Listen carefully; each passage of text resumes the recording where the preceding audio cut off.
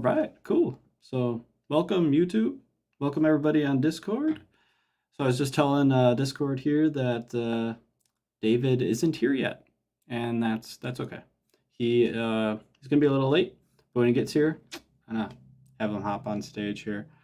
So, what we're doing here, what I'm doing here, and what David will be doing here when he gets here, is we're doing a little street epistemology. So, street epistemology is I'll tell you what it isn't, and I'll tell you what it is. It's not a debate. I'm not here to argue any points. I'm not here to present evidence. I'm not here to convince anyone of anything. I am just here to talk about what you believe, what you think is true, what's important to you, what you would like others to believe also. And we'll have a conversation about it and see how you've come to your conclusion, talk about the reasons. And it's usually a nice time. It's usually a nice, interesting conversation. So the way this works is you can click on the little hand button. I can bring you up on stage, and we can talk about it.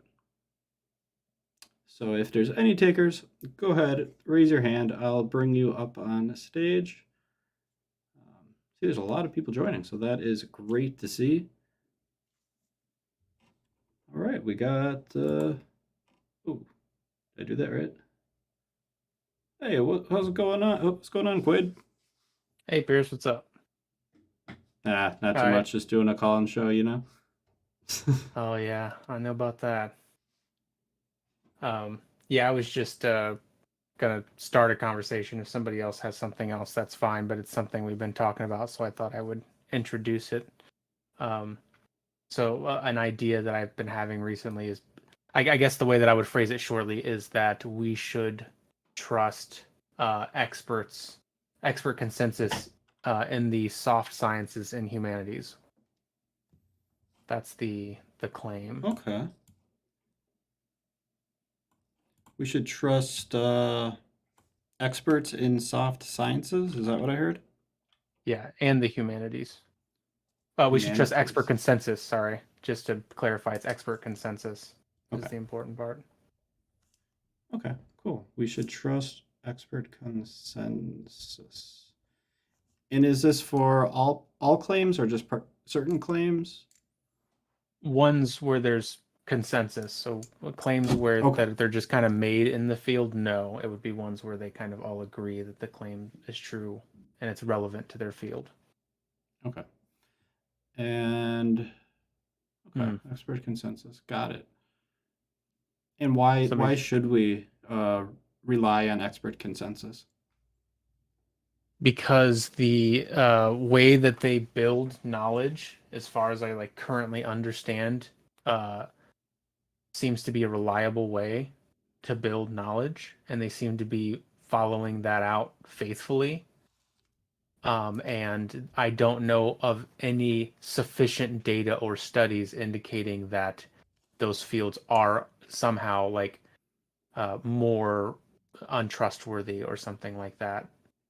Even though I acknowledge that you're more likely to be biased or something like that, obviously these things are true, but. Gotcha. Okay. Can an expert consensus ever be incorrect? Is that a possibility? Yes. Okay. And how could we find that out if an expert consensus was incorrect? How could we know? I think the main way, realistically, and the way that it usually happens is that the field figures it out through studies. Like they conduct the studies that end up changing the consensus. Like self-correcting, kind of? Yes. Okay. Gotcha. What could you learn that could change your mind on this? I would say some type of large scale study where there was some type of literature review of credible papers in the social sciences and the humanities that showed that they were abiding by knowledge building principles that were largely unreliable or were used in other kind of groups or organizations that I disagree with the conclusions that they're reaching. Is that clear? Sorry. I think so. I think I got where you're coming from. Okay. Okay. I see some other people with their hands up, so I Yes. think I'll bring someone else up. But I appreciate you, starting us off and kind of showing everybody what kind of conversation we're looking to have here tonight. Yeah, So thanks, thank you, Pierce. Quid. Hope David's here soon. I hope so too. All right. See ya. All right. See ya. There's my key for that. Okay. All right. Who are we bringing up next? I have no idea who had their hand up first. I'm gonna guess that it was maybe this John guy. So I'm gonna bring you up on stage. I apologize if I'm out of order here, but yeah, I don't really know. Hello, Hello sir. there. How are you doing? Hey. I'm doing very well. Excellent. And I think I just realized that there might be an issue. I'm just going to take one brief moment and make sure that everything is working how it's supposed to. And I actually do think that it's working. Okay, sorry about that. So, John, how did you find this event? Well, I was sort of traversing the interface, and I just sort of saw that this was an event that was fairly popular among the server. So that sort of just caused me to form some sort of interest to join. Cool. And what brought you specifically up on stage to have a chat? Well, I mean, so I guess just to be clear, I find myself very enamored with sort of theories of knowledge.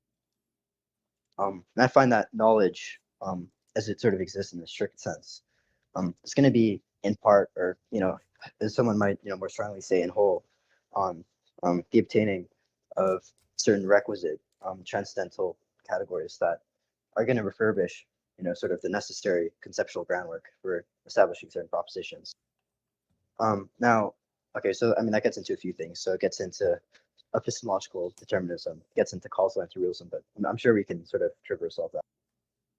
Okay, sure. Of those kind of thoughts and ideas, is there one that stands out as more important to you? Yeah, I think epistemological determinism is quite important to me. Okay. And what does that mean to you? Right. So I'll start with an example. So when you see, say, like an ice cream sundae, and you sort of perceive that it's desirable. Yeah, I like ice cream. I'm with you so far. Yeah. So so that's going to be sort of explained by certain facts that you could stipulate, such as there being some sort of external value property that's going to be possessed by the sundae, that the agent utilizing their intentional states is sort of going to project that onto the world, and then using Quine's sort of indeterminacy thesis about language, we could sort of begin to tie it into presentism as not as a thesis in physics, but as actually a thesis in metaphysics more broadly. And that would lead to certain prerequisite necessary conditions for experience needing to be set in place. And you can sort of view language as being right, rather than language being something in itself, which sort of, I guess, makes the contrast between the phenomena and the noumena quite sharp rather than vague, right? And I think I take vagueness very seriously. I think vagueness is not merely semantic, but I think it's metaphysical, and I think it's a character or a characteristic of, I guess, certain dispositional facts about how agents deploy terms. Okay. I am not gonna lie. Some of what you said I did not really understand. One thing I heard that I found relatively interesting was vagueness is metaphysical.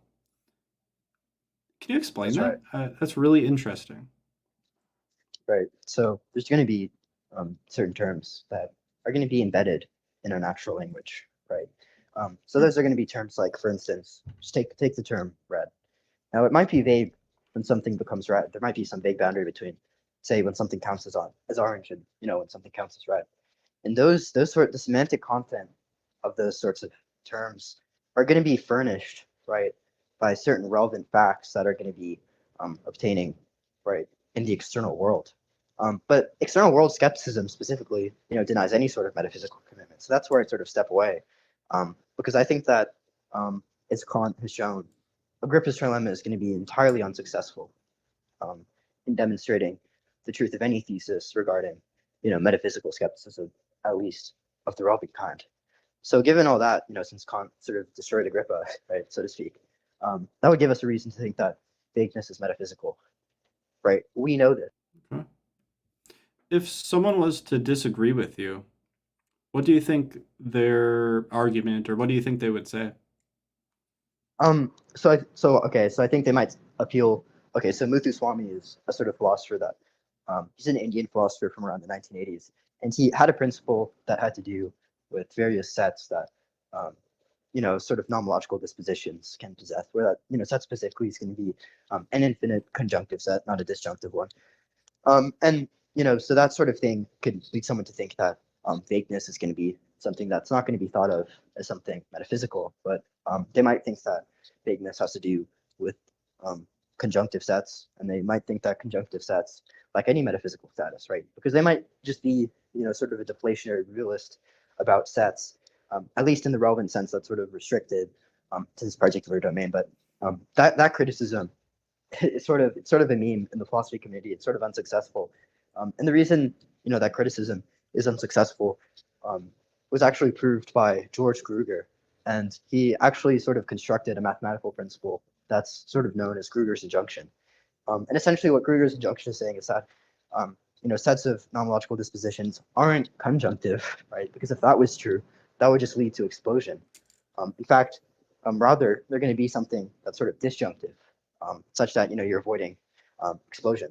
And obviously, if you don't avoid explosion, you sort of get concerns regarding logical trivialism. I don't know. Did you understand that? Did that make sense? I understood about 50% of it, maybe, to be honest. And I think the people in the chat are kind of in the same boat as me. I think, from what I'm reading. I appreciate you coming up here, John. But I think that we're probably on different levels here. So I think it's best to probably bring someone else up. If you want to talk about something else after, I'd be more than happy to bring you back up on Right. stage. And just as a final comment, Sure. I think you're a Go ahead. liar. Oh. Okay then. That wasn't nice. But anyways, we will bring up who's ever next, Taylor. All right, he says that this guy is next. Hey, all right.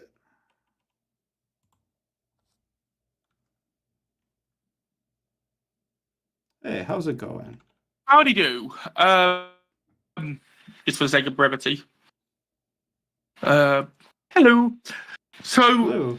I wanted to put something forward to make, say, the FCC or in our case over here in Blighty, Ofcom, to give them to basically force news channels and news shows and stuff like that to make sure, and applies to radio as well, to have an identifier on. Okay, I'll separate this because I've just realised what I've said in my head. Sorry, genuinely autistic. So if I'm not making sense or need to clarify, please tell me. I'm with you so far. So with TV, when there are shows that are, let's say, like commentary, for example, or not the news, like let's say, over here we have something called on Fox, where they're all just sitting around a table talking about talking about the current state of the news, but they don't actually tell you the news. Stuff like that needs to be made clearer, because a lot of people seem to be taking it as the news. We have it over here as well, and it's getting irritating how people can't differentiate between the news and news commentary. Like we have it, and with radio, I want there to be a thing where if I'm not listening to I don't know, XF or whatever, FM or whatever. I want them to make, and this applies to TV as well, all news bulletins, that be it every quarter of an hour, every half hour, whatever, force them to be unbiased to the point where if I'm listening to the radio, for example, and let's say, I mean, over here we had London Bridge, right? We had the big London Bridge attack. If I am driving in the area, I want to know if London Bridge is safe. I don't give a monkey's toss what the presenter's opinions are. I want to know, can I go to the area? Is the area cordoned off? Like, if they're going to make their predictions or whatever, that's fine. Well, not fine, but you know what I mean. But if I'm listening to a news bulletin, I want to know what's going on. I don't want things muddied, if that makes sense. Okay. And it does annoy me thus far that nothing's been done to do that. Like, after that, this isn't to take away anyone's news bias or whatever. If you're a right-wing channel, go right ahead. I don't care. If you're a left-wing,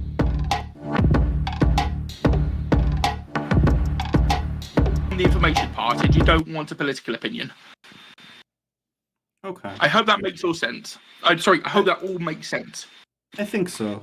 Let me try to repeat back what I think I'm hearing, and then you can tell me if I've got it right.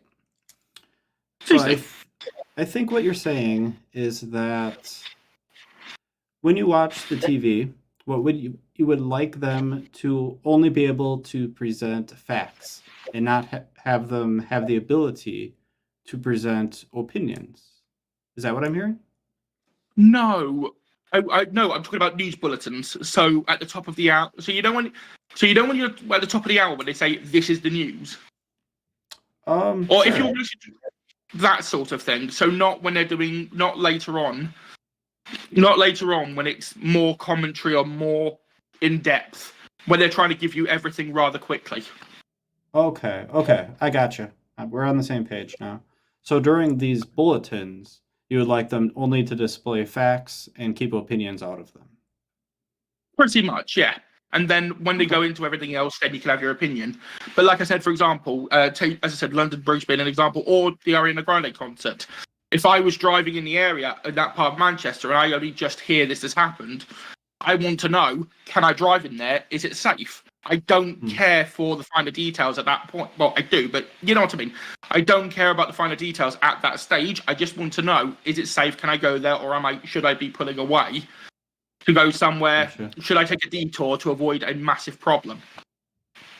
Okay. And with regards to this desire to only have, the facts, does it apply to all types of news, or is it only specific types that relate to safety?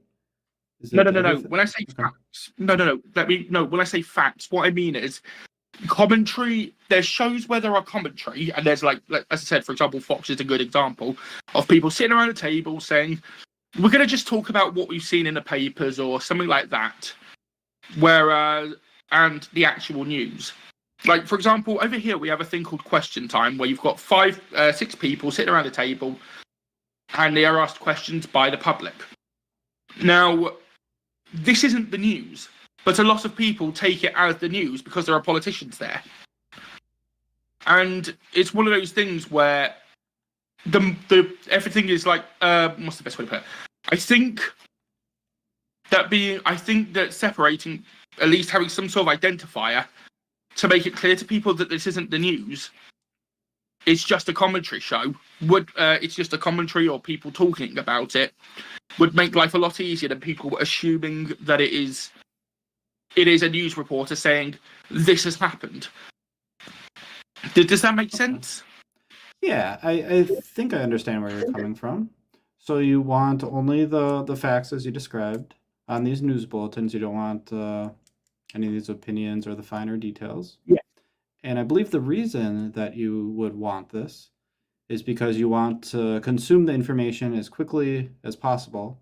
Therefore, for example, you gave the traffic thing. You want to know if it's safe or convenient to travel to a certain area. So it's kind of like you just want quick information and without all the fluff. Basically, yeah. Okay. And then it makes things a hell of a lot. It makes things a lot easier than having to wait 20 minutes while they're waffling on. Okay.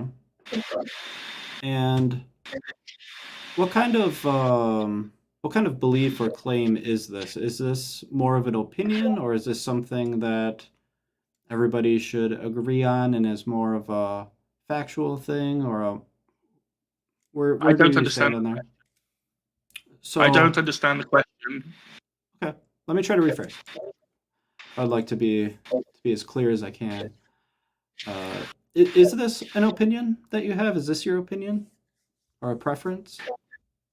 This is my preference because I found a lot of the time things, as I said, we've had this before where, like over here, we have GB News where you have people sitting around a desk or just talking about things, and it is taken as the news. Like I said, like Fox is another good example, and people need to at least. I think a lot of people, and I don't mean it to sound condescending, but it's the reality. A lot of people can't seem to tell the difference between news commentary, where it's just people talking about the day's events or what's in the papers, to a person sitting at to a person actually reporting the news as it is happening, which I think are two very separate situations, or two very different shows, if that makes sense. I hear you. So I don't. think, Sorry, please continue.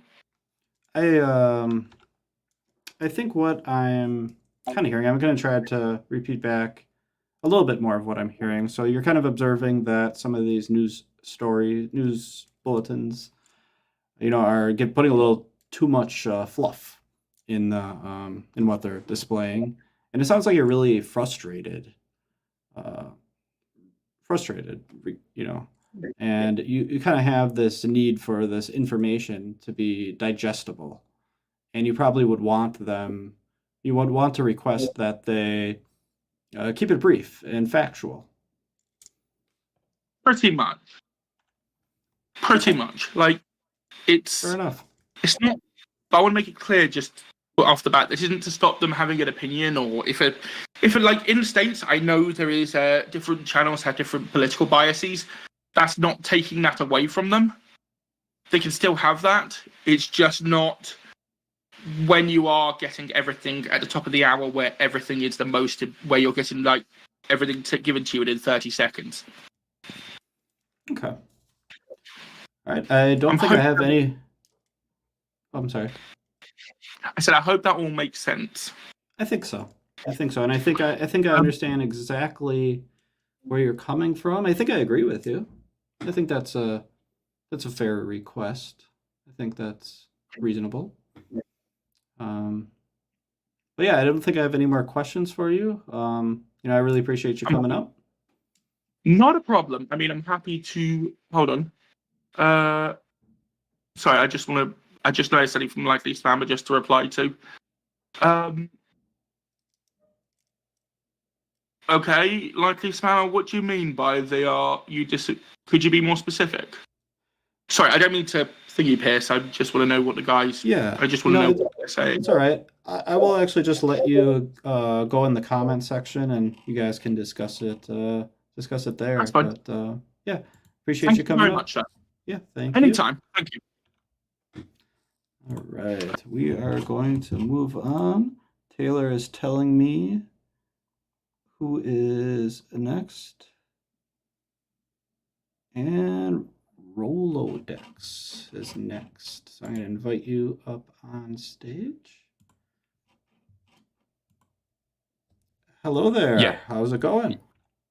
Doing good. How are you, man? Doing fantastic. How'd you come across the show here? Yeah, I was just sort of, traversing the interface, like the last guy said, and sort of came across, this. Okay, cool. And so what made you wanna come up on stage? Wait, can you hear me? Yeah, I can hear you. It may have Okay, cut I think out I for cut a out moment, there. though. Yeah. Yeah, I think we cut out there. So what brought you up on stage here? Yeah, I was just sort of wondering what your general goals for this stage were. Ah, gotcha. Yeah, so there's a few things that I want to do. I think my main priority would be to have people reflect on what they think is true. I don't really care to change people's minds. I would just like them to think about the reasons that they have for whatever they think is true. A secondary goal would be just to simply understand people's perspectives. I want to learn as much as I can while I'm here, you know? And maybe third, just connecting with people. I think that's a great thing to do. Yeah, so if I track that correctly, it was one, understanding the reasons in which somebody sort of arrives at a conclusion, and two was this sort of idea of picking apart and interacting with those given propositions. Now, the third one was to sort of form these bonds, I guess is a better way to describe it. Now, I guess I would just like to kick things off with my definition, right? And my definition, index to what it means for something to be irrational. Now, I think that something, or in order for somebody to meet the standard of being irrational, is for them to have a set of goals and do things that sort of don't align with those goals, in pursuit of achieving that goal. Now, if you can sort of, collect your loose cloud of thoughts and think back about 5 minutes when you were sort of interacting with the propositional Rolodex with John right earlier, he was sort of laying out his positions on a plethora of matters, one of which being these sort of higher level theories that have these sort of modal notions and deontic modalities such that, we can sort of have this irreducible normativity. And it didn't seem like you even cared. You didn't even interact with that proposition. So my question to you is, if those three things were your goals, I'm not sure why you wouldn't deliver, right, a good sort of at least attempt to get to those goals. You just sort of kicked them off and ran away when you did so. So I just sort of want to know your justification for that there. That is a fair point. That is a fair point. If I'm being 100% honest, I wasn't that interested in the claim. Like, I didn't understand it, which I mean, I do want to understand people. I think it was so far over my head that I don't think I was going to be able to grasp it. And because of that, it's rather dull to me personally. What do you mean by you wouldn't be able to grasp it? I didn't really understood some of what he was talking about, but most of it I didn't understand. Right. And so one of the things that you did, or rather did not do, is actually ask any clarifying claims or anything to disambiguate what he was saying. So I'm not sure how you can claim that one of your goals is to sort of actually pursue what somebody's belief is on a matter and not ask any clarifying or disambiguating questions. That's just not clear to me. That's fair. Do you think someone can have a goal and fail at that goal?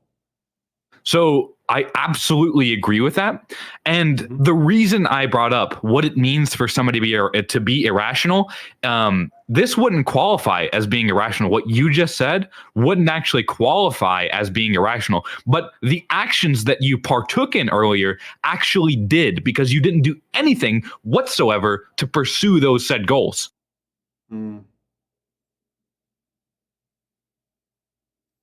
I think that's a fair criticism. I can agree with that. Right. So would it be fair for me to say that you're just this sort of liar when it comes to your belief states, when it comes to your goals, and when it comes to these sort of disingenuous bad faith actors that you don't want to engage with? It seemed like you took him to be a disingenuous bad faith actor, or at least that's how you wrote him off. I didn't think of him that way. I think it was very genuine.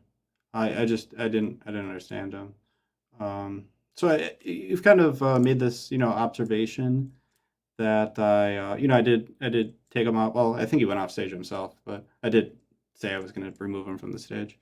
And you sound rather frustrated, that I had removed him from the stage. I guess I'm just wondering, why this frustration? So that's actually going to be what I classify to be a sort of loaded question. So you made a claim, right? And then you loaded that claim in the question that you asked me. Right now, this would be analogous to me asking you, when did you stop beating your wife? Well, that assumes, a plethora of propositions that you probably wouldn't agree with, would you? Now, again, I would just want a sound argument that you can deliver that sort of establishes the conclusion, right, that I'm upset right now. I think I said you were frustrated, or I thought you were frustrated. If you're not, feel free to let me know that you're not. So, do you think that would come in the form of an answer to my question?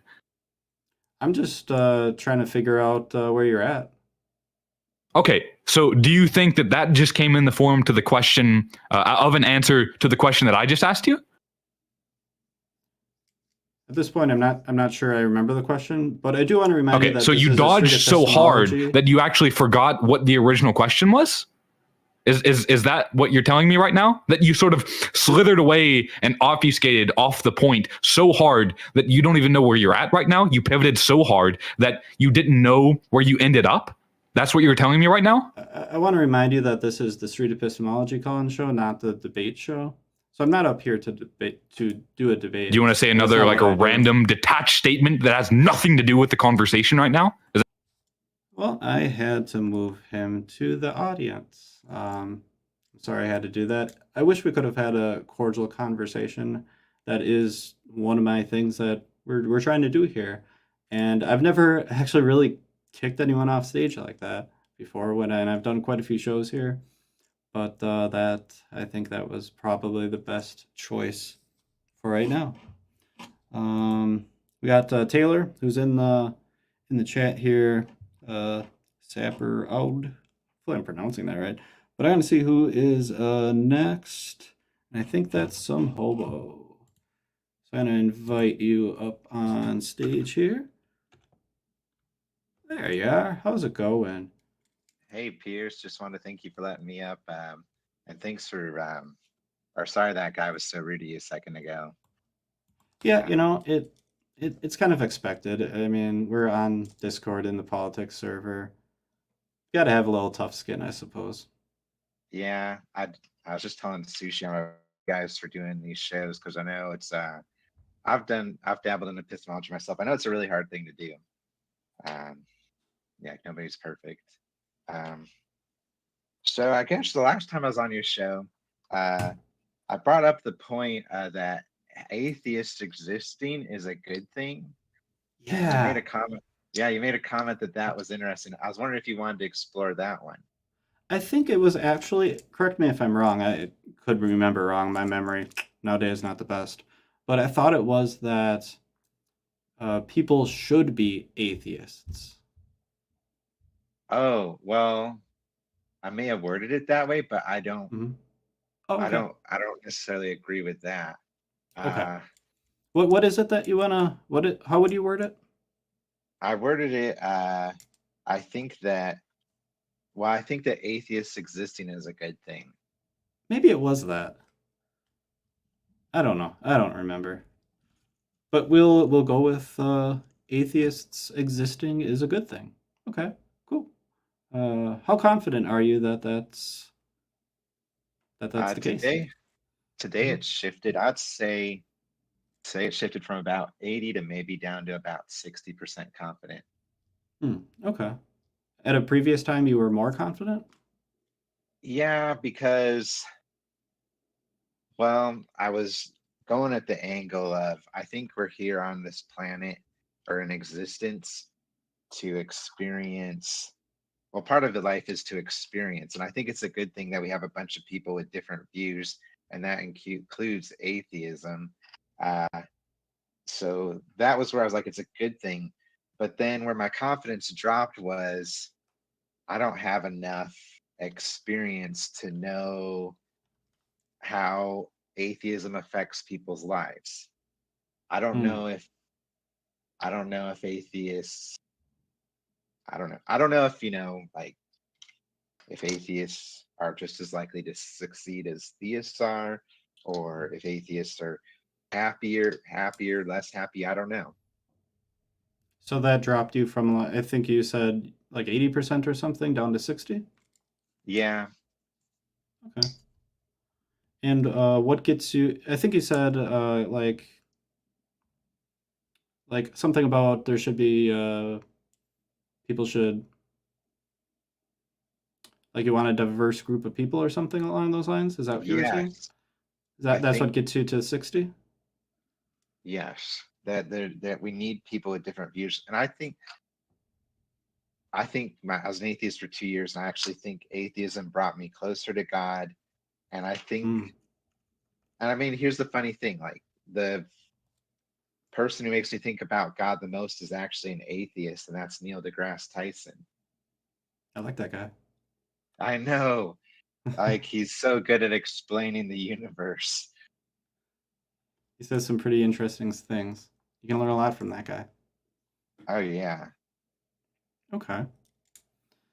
So you're kind of struggling with, on one side of this, like balancing, confidence balance, I guess you could say, is like, on one side, you have like, you know, you're not sure how likely atheists or theists are to have success in life, I think you were saying. And yeah. I then mean, on the yeah, other and side, go ahead. just to clarify, for all I know, atheists could be more likely to succeed. I just don't have the information. Gotcha. Gotcha. Okay. So kind of an unknown on this side. Are they more likely, less likely? Nobody knows. And then that's kind of balancing against, diversity and probably your Yeah, desire to have a diverse community. Is that kind of what you're saying? yeah. I think diversity is good, because I mean, we all know like about sound chambers and things. Echo chambers. Is that what you meant? I'm not getting audio from you. You're talking, but I can't hear you. Is it just me? Hey, chat. Can you guys hear him? Okay. I'm assuming there's some sort of bad connection. Okay, I'm gonna put you to the audience at least momentarily, but I'd like to continue this conversation. So, after the next caller, we'll try again, maybe. Okay. Who do we have next?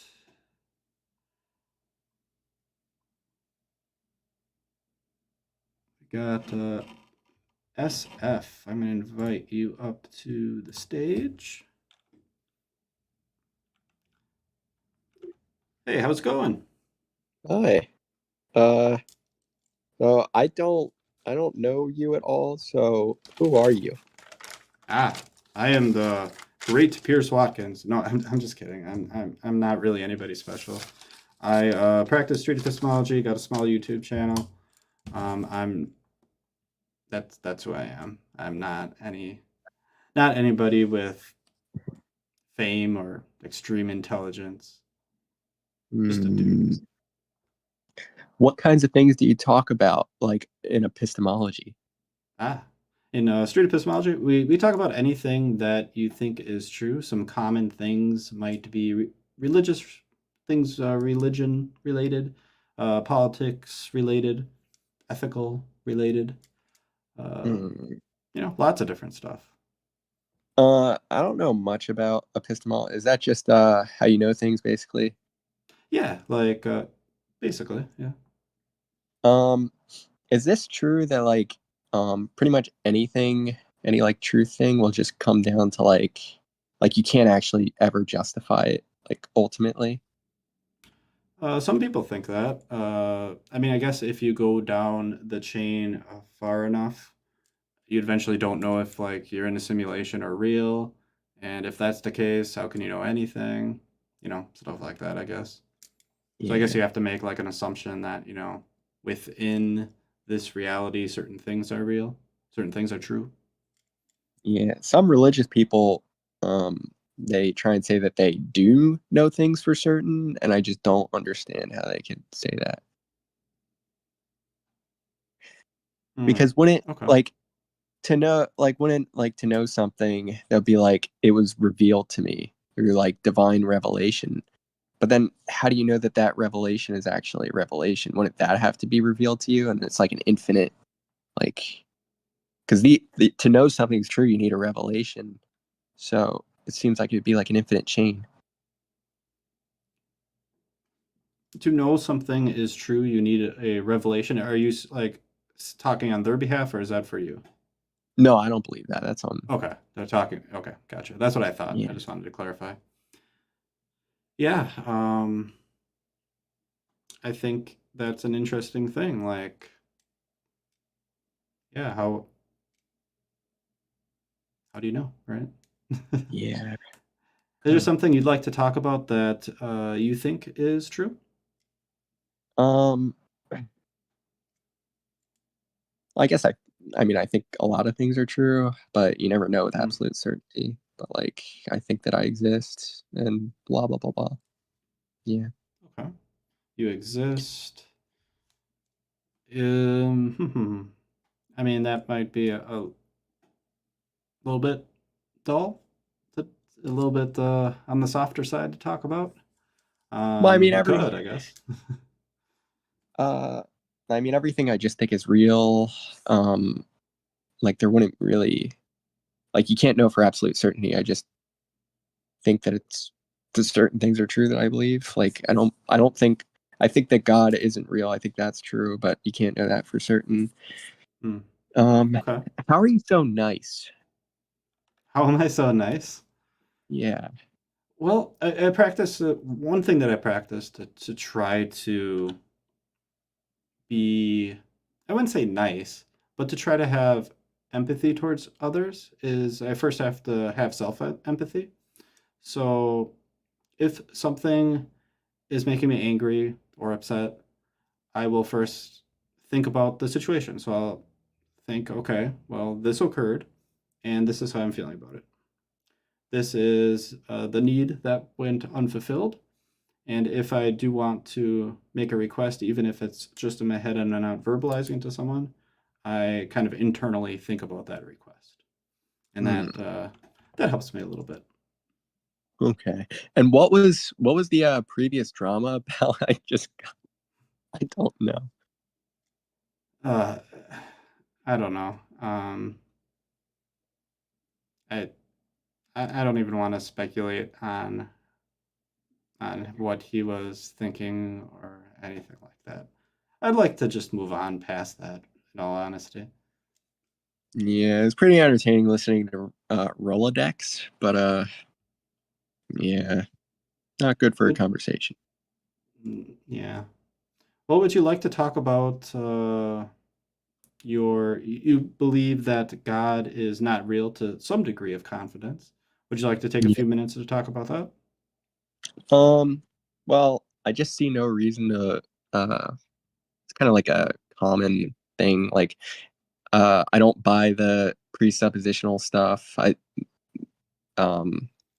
Requiring you to just like, because you like know stuff, that means, I don't know what I'm talking about. I just don't think, it just doesn't sound intuitively. It sounds dumb. Okay. So it kind of doesn't sound plausible. Is that what I'm hearing? Yeah, I mean, it just seems like it'd be like, I don't know this. Yeah, gotta get apps kind of thing. So. Okay. All right. Um, if like there, like when you say God, is there some sort of specific God you have in mind, or is it just kind of all gods? Like some supernatural thing with like a mind that has like a will, something like that. Okay. Is it one that like interacts with humans, or can it just be like doing its own thing? As long as it has a mind, I guess, and it's like supernatural, I guess that would be a god, I think. So, Gotcha. Okay. yeah. If there was this like hypothetical god that doesn't interact with people, doesn't ever do anything. Apparently, maybe it created like the Big Bang, for example, or something like that, and then it just went off and did its own thing, never to even mind humans, just didn't even look at them. Um, would you have the same amount of confidence that this god doesn't exist? Yeah. Okay. Hmm. I'm wondering, is it like the same reason that it just doesn't sound plausible? Well, it just honestly just looks like a projection. Like they're like, what are the chances that like this thing that is pretty similar to humans created the whole universe and like an infinitely extent? It just doesn't make any sense. Hmm. Okay. What could you learn or discover that might shift your confidence? Um, a photograph, maybe, some actual evidence. I don't think any argument would even work, because our logic in this universe could be faulty. Like, you don't know if the same laws of logic apply outside the universe. So even trying to like use our logic, it just doesn't follow that it would automatically mean that it applies outside. Okay. Okay, I hear you. I heard you'd want some sort of evidence, and you gave the Mm. example of like a photograph, and then you said some things that wouldn't be convincing, like an argument or something like that. Can you tell me more about this photograph? That's really interesting. What would it look like or be like? If there was like a verified photograph of like a god coming down and resurrecting someone, I mean that would be pretty good proof. But even if you showed me a photograph, I probably wouldn't believe it because you can't really verify it. Like it would have to be 100% a true photograph of something supernatural happening for me to believe it. Hmm. Okay, I hear you. Yeah. So, is there? It sounds like there might not really be anything that could shift your confidence. Um.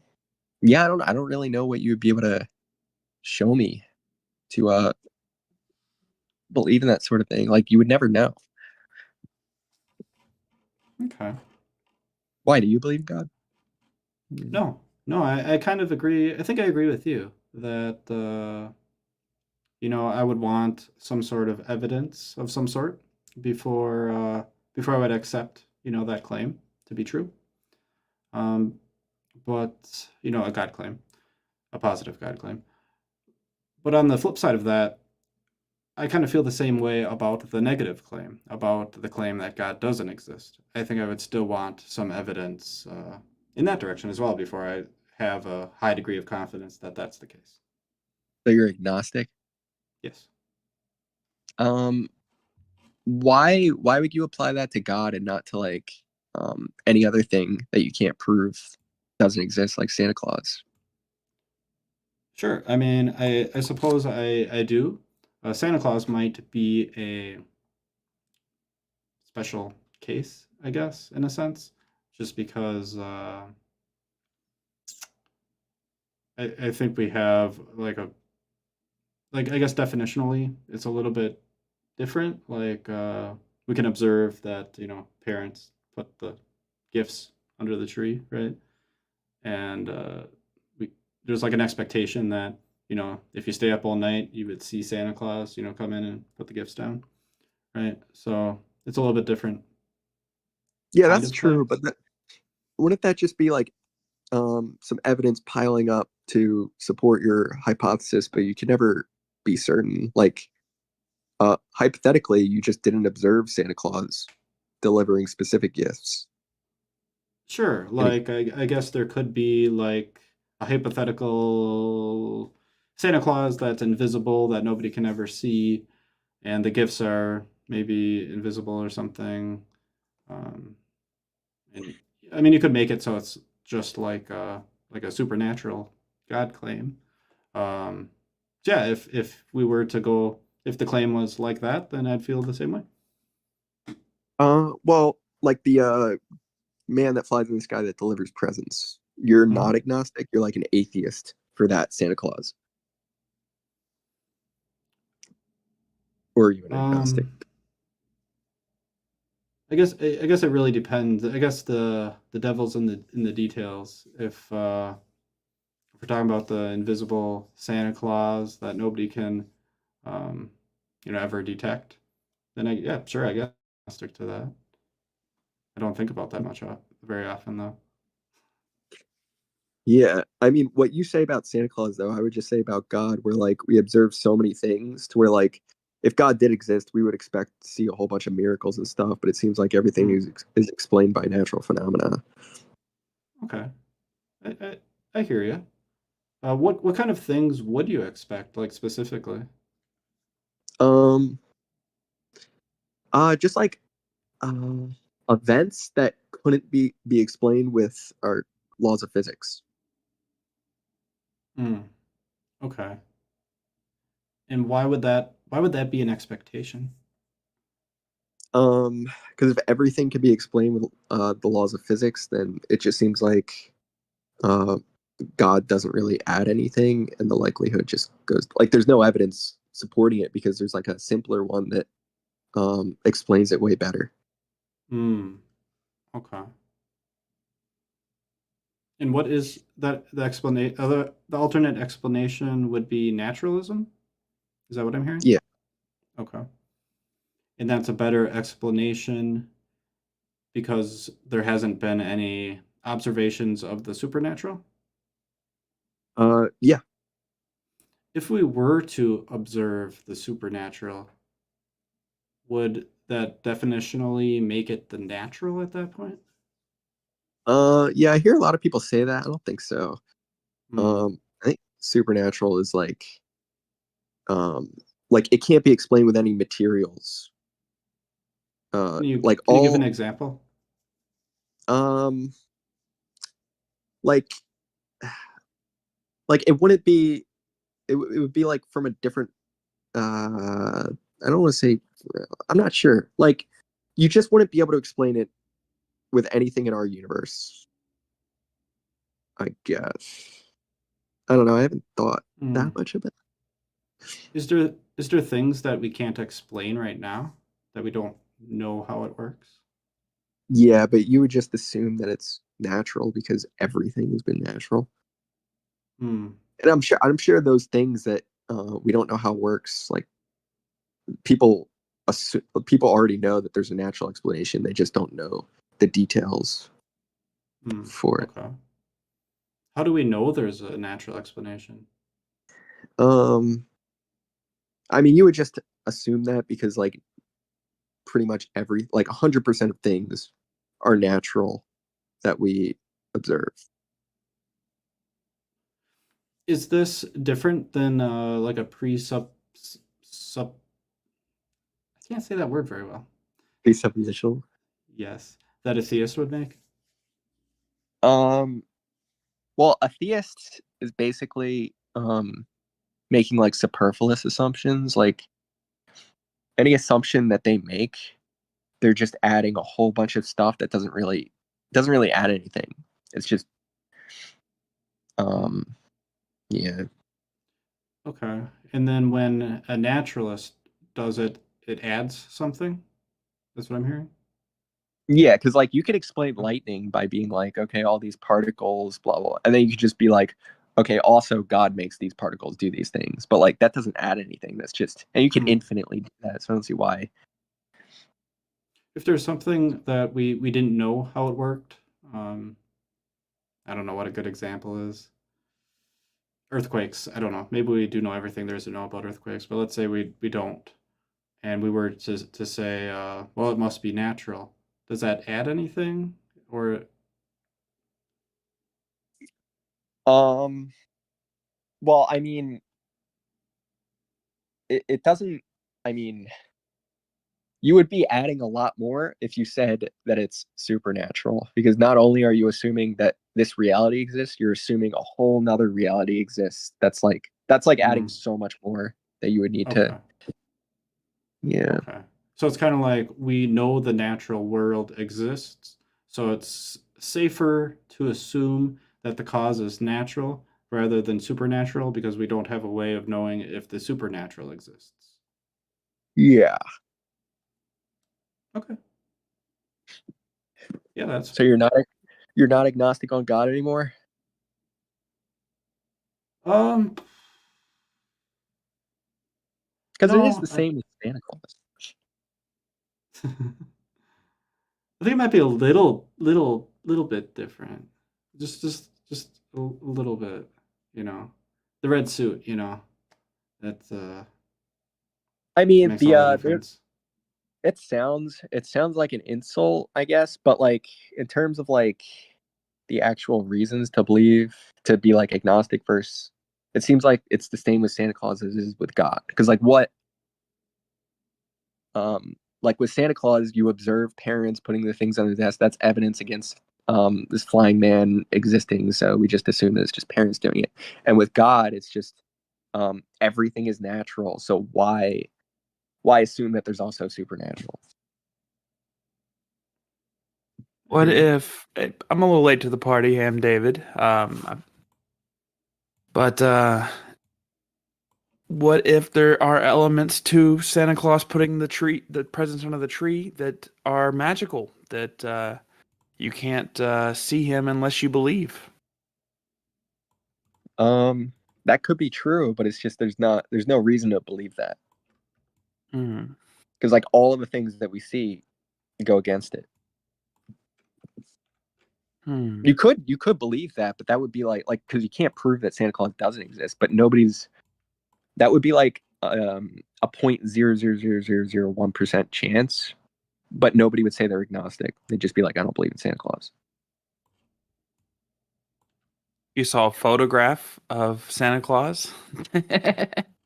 Sure, Back if in it the was mountains? verified somehow. I don't know how that would be. Yeah. It's all AI now. All AI. Yeah. The one question that I didn't hear asked, and I just wanted to ask before I move on. If there were some sort of non-physical type of supernatural kind of occurrence, like something like you were able to read minds all of a sudden, or a thought that you had was broadcasted to other people, something that was non-tangible but miraculous, so to speak. How would that affect your perspective? I mean, if someone was able to do like telekinesis or something, and I would. I mean, the first thing that I would assume is that the military came up with this like super cool technology that because they do have like sound things that can make you think, like shoot things into your brain. So that's the first thing I would assume. And if it's something like out of this world, then yeah, I mean maybe that would lead credence to some sort of supernatural belief. That's exactly what you said on August 14th, 2007.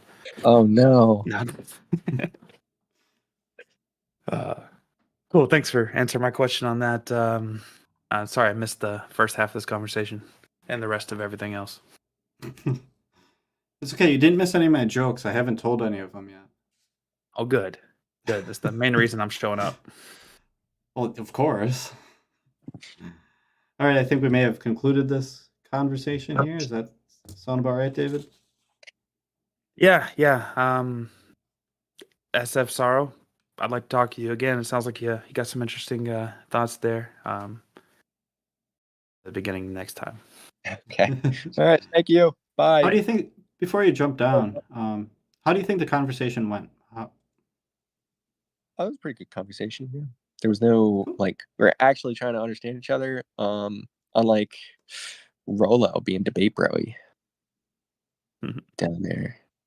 But yeah, it was good. Okay. Just wanted a little feedback. Thank you. All right, Appreciate bye. it. All right. All right. Oh, yeah, let's yeah. OBS just kind of broke, so let's bring someone up. Nice. That's a good look. Yeah. There we go. That's better. Hello, Just go sir. on YouTube and enjoy the view. Hello, Hey, Deliver. Deliver. What's up? Hello, sir. So, I mean, just as background, right? I'm sort of interested in what you might call a compendium of propositions, right? But primarily, what I'd be interested in is the labor theory of value, right? And specifically, right, I think that the theory is successfully makes, right, 11 separate predictions, right? Let's start from the basics. So, because we're a general audience here, what is the labor theory of value?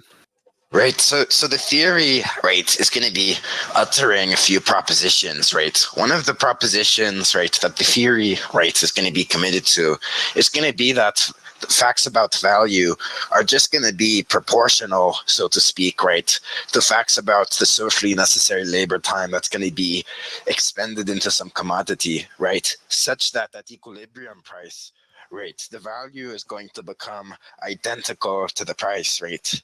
Now, that's not going to hold in all cases, right? Like, notice the equilibrium condition, right?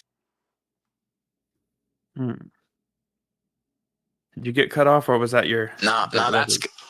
Yeah, sorry. just making No, that's sure. going to be what the theory is saying, right? That's going to be the long and short of it, right?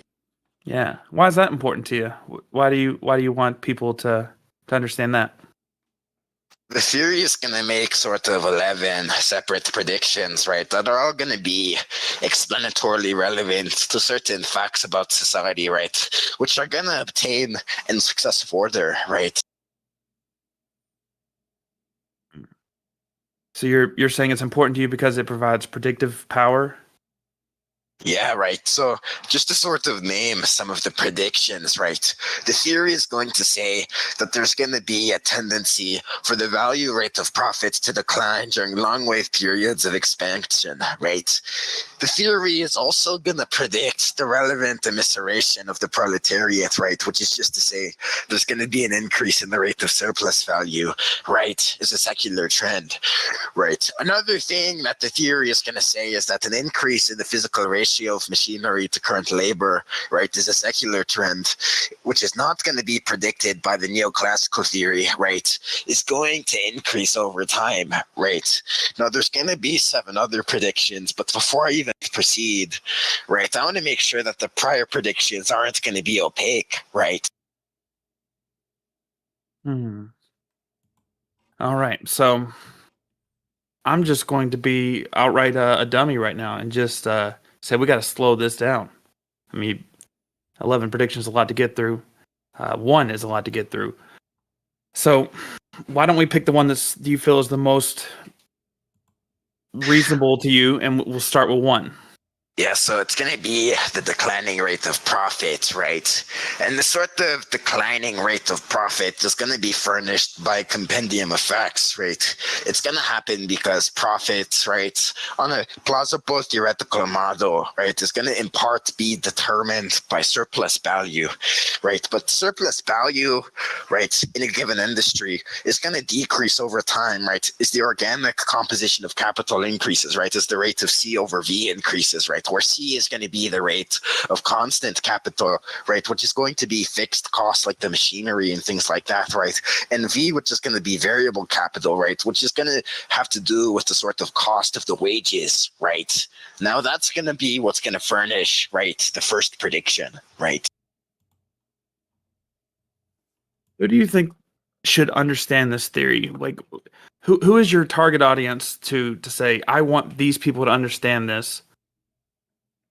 Well, my hope, right, is going to be that any agent who is rational, right, in a sort of Billigramian sense, is going to understand the theory, right? That's going to be the target. Anyone who is Billigramian rational, right? Where the sort of Billigramian notion of rationality is going to be tied to certain facts about intentional states and agency and so on, right?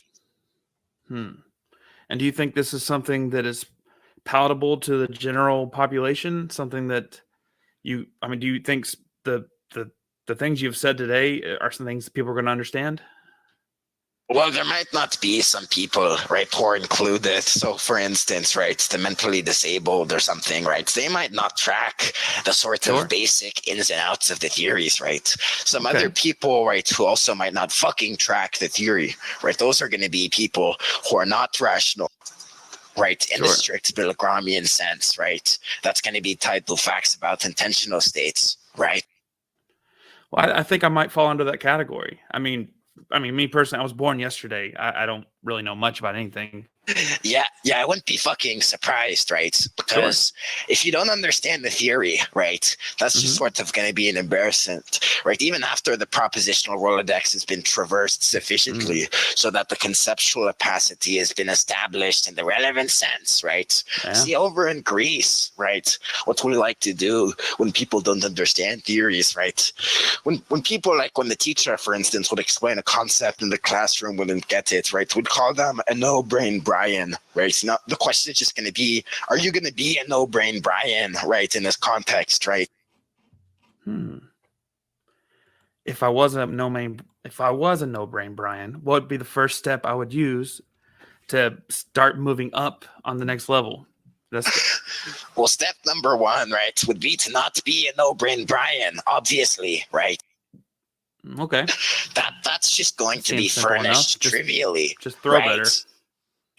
Yeah, but you understand the trivial furnishment of that proposition, right? Just to be clear. Honestly, I'm just having trouble following. Right, of course you most, are. Of parts course it, you so- are, right? Of Of course, course I right? am. Yeah. I I don't was mind being a born dummy. yesterday. I was born yesterday. Yeah, Help me I might understand. even grant the proposition, right, about the boredness of the prior day and whatnot, right? I might Yeah. actually grant that. It's Now, wild. if Science you're is not crazy. able to track the theory, right, the labor theory of value, I'm just going to put the quick proposal on the table, right? The Sure. proposal is to attempt to read Ernest Mandel's rendition of the labor theory of value, right? Yeah. Such that you can gain a cursory understanding of the theory, right? Yeah. You want to put that in the comment section? I'll try Yeah, to check it out. I'll send the fucking link, right? Hey, nice. I appreciate that. Well, nice. Well, it sounds like I got a lot to learn to kind of get to the point of having a conversation. And I think I might have to talk to you later on. Right, I sent the relevant sorts of resources in the chat. So, I mean, I thought the discussion was sort of interesting, right? But what I was hoping for was a refutation of the theory. But I hope one day I might, sort of receive that sort of thing, right? Sure. And I hope somebody brings you a reputation of them or confirmation. The goal here is to try to understand things, not necessarily to fight back about dismantle things. The goal is to understand things here. Well, I mean, we're a little different than a debate situation. Yeah, and- we're not here to debate. This is not a debate show. It's true. So yeah. All right, cool. You want to hear that I- joke, David? Oh yeah, let's hear it. How does the Easter Bunny stay healthy? Think about it. How does he stay healthy? With exercise. Can I get a pity laugh? Okay. Oh, that's so good. Yeah. Okay. Yeah. I know. ChatGPT wrote them. So what are you expecting? Nah, these robots need to get their humor right. They do. Well, they got Alright, dad let's- jokes down. That's what I requested. I mean, I guess it was a dad joke. It worked, I guess. You want to hear my theory why dad jokes exist as a thing? Because when Sure. you are telling jokes to a kid, they laugh at anything you say. So you can just say anything. And eventually you stop trying to make complicated jokes. You stop trying to make actual punchlines. You just be like, oh, it was excellent. And that's how dad jokes are born, because kids will laugh at any dumb thing.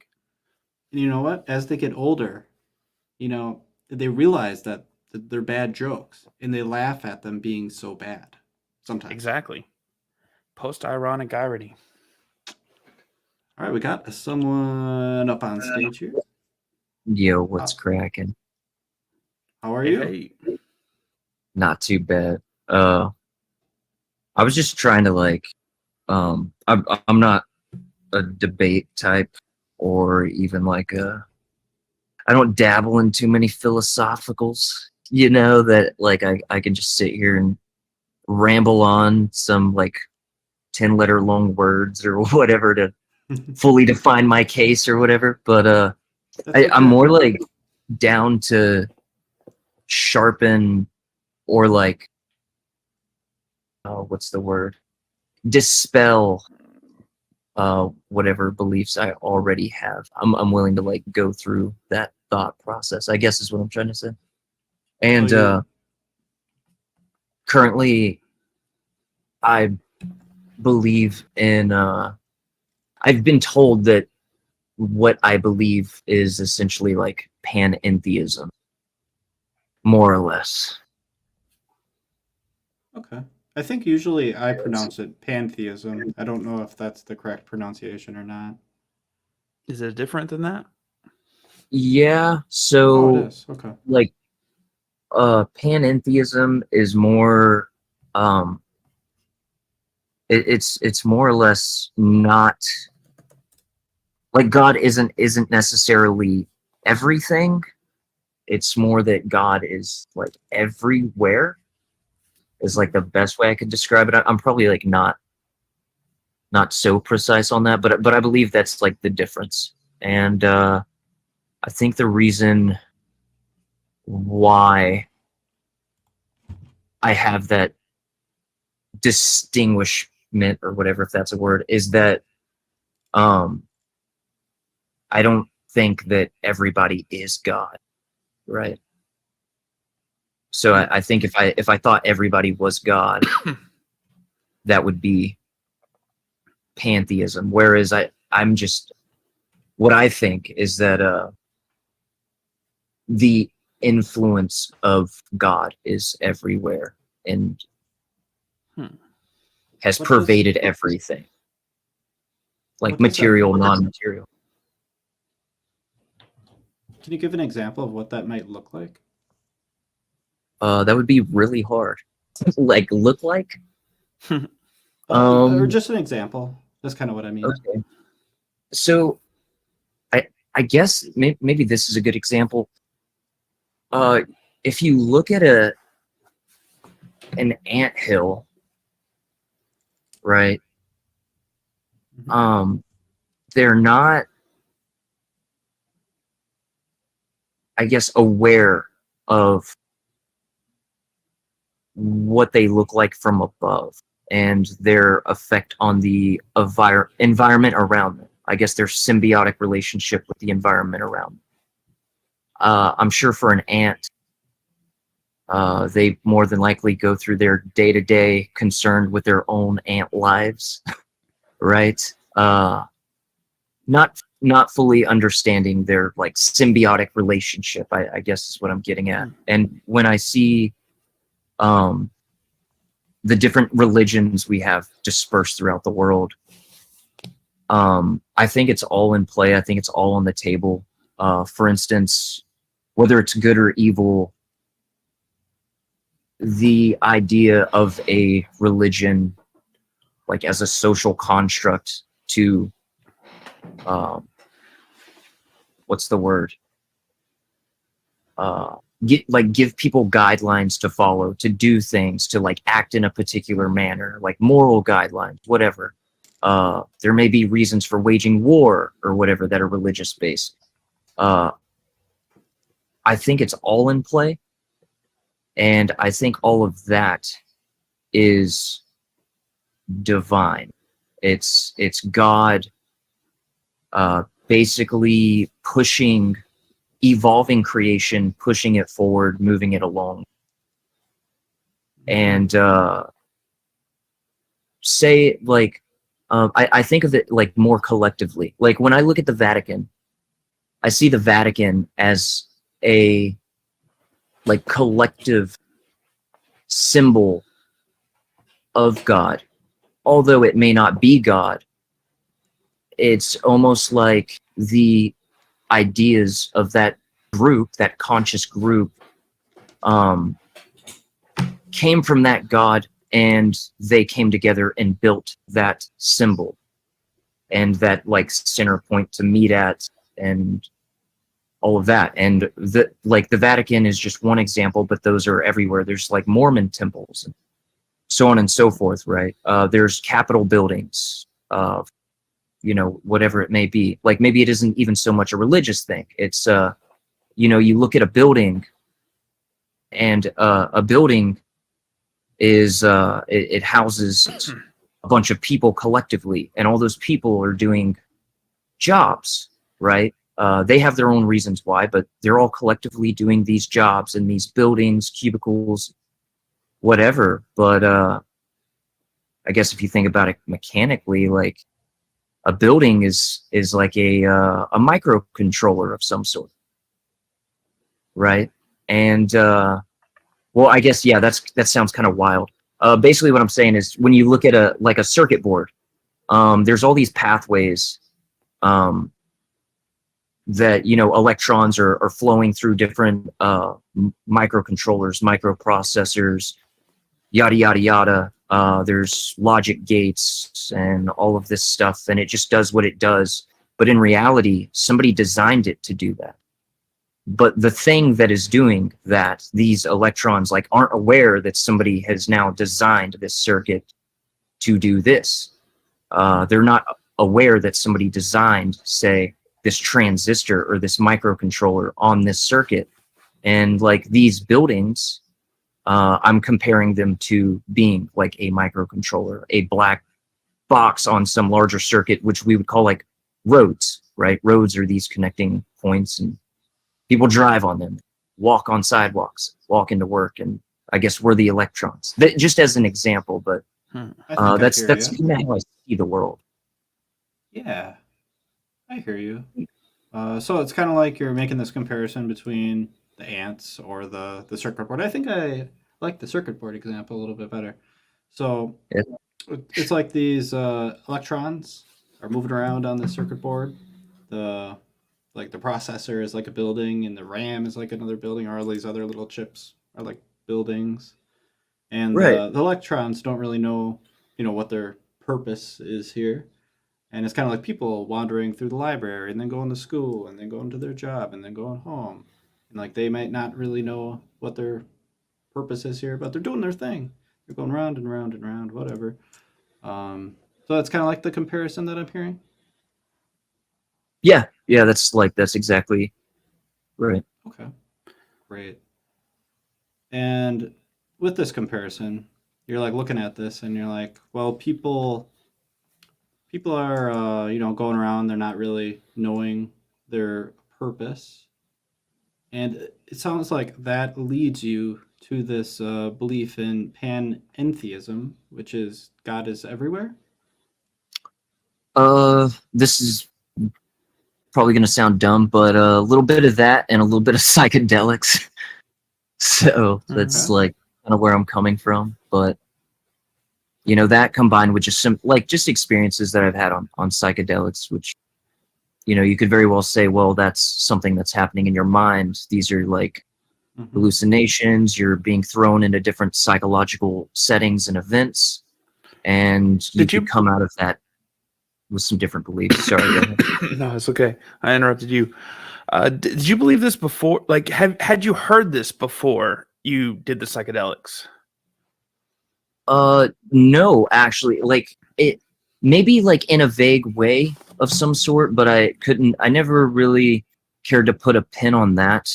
Really a very shortened version of my life story, just super short, is I used to be Mormon, and I escaped all of that, and then I had like some conflicting thoughts along the way, and then I prescribed to like Christianity, and I thought, well, this is it, like this is the answer. I took it so seriously that I went to school for theology, and then while I was going to school for theology, I just ran into a lot of issues with the Bible, and it's just the errors in it, which is like a whole other thing. And then through that, I decided maybe God doesn't exist. I don't even know at this point, but basically I'm done with theology. And then, you know, while I'm on psychedelics, I keep running into these very like what seem to be divine experiences.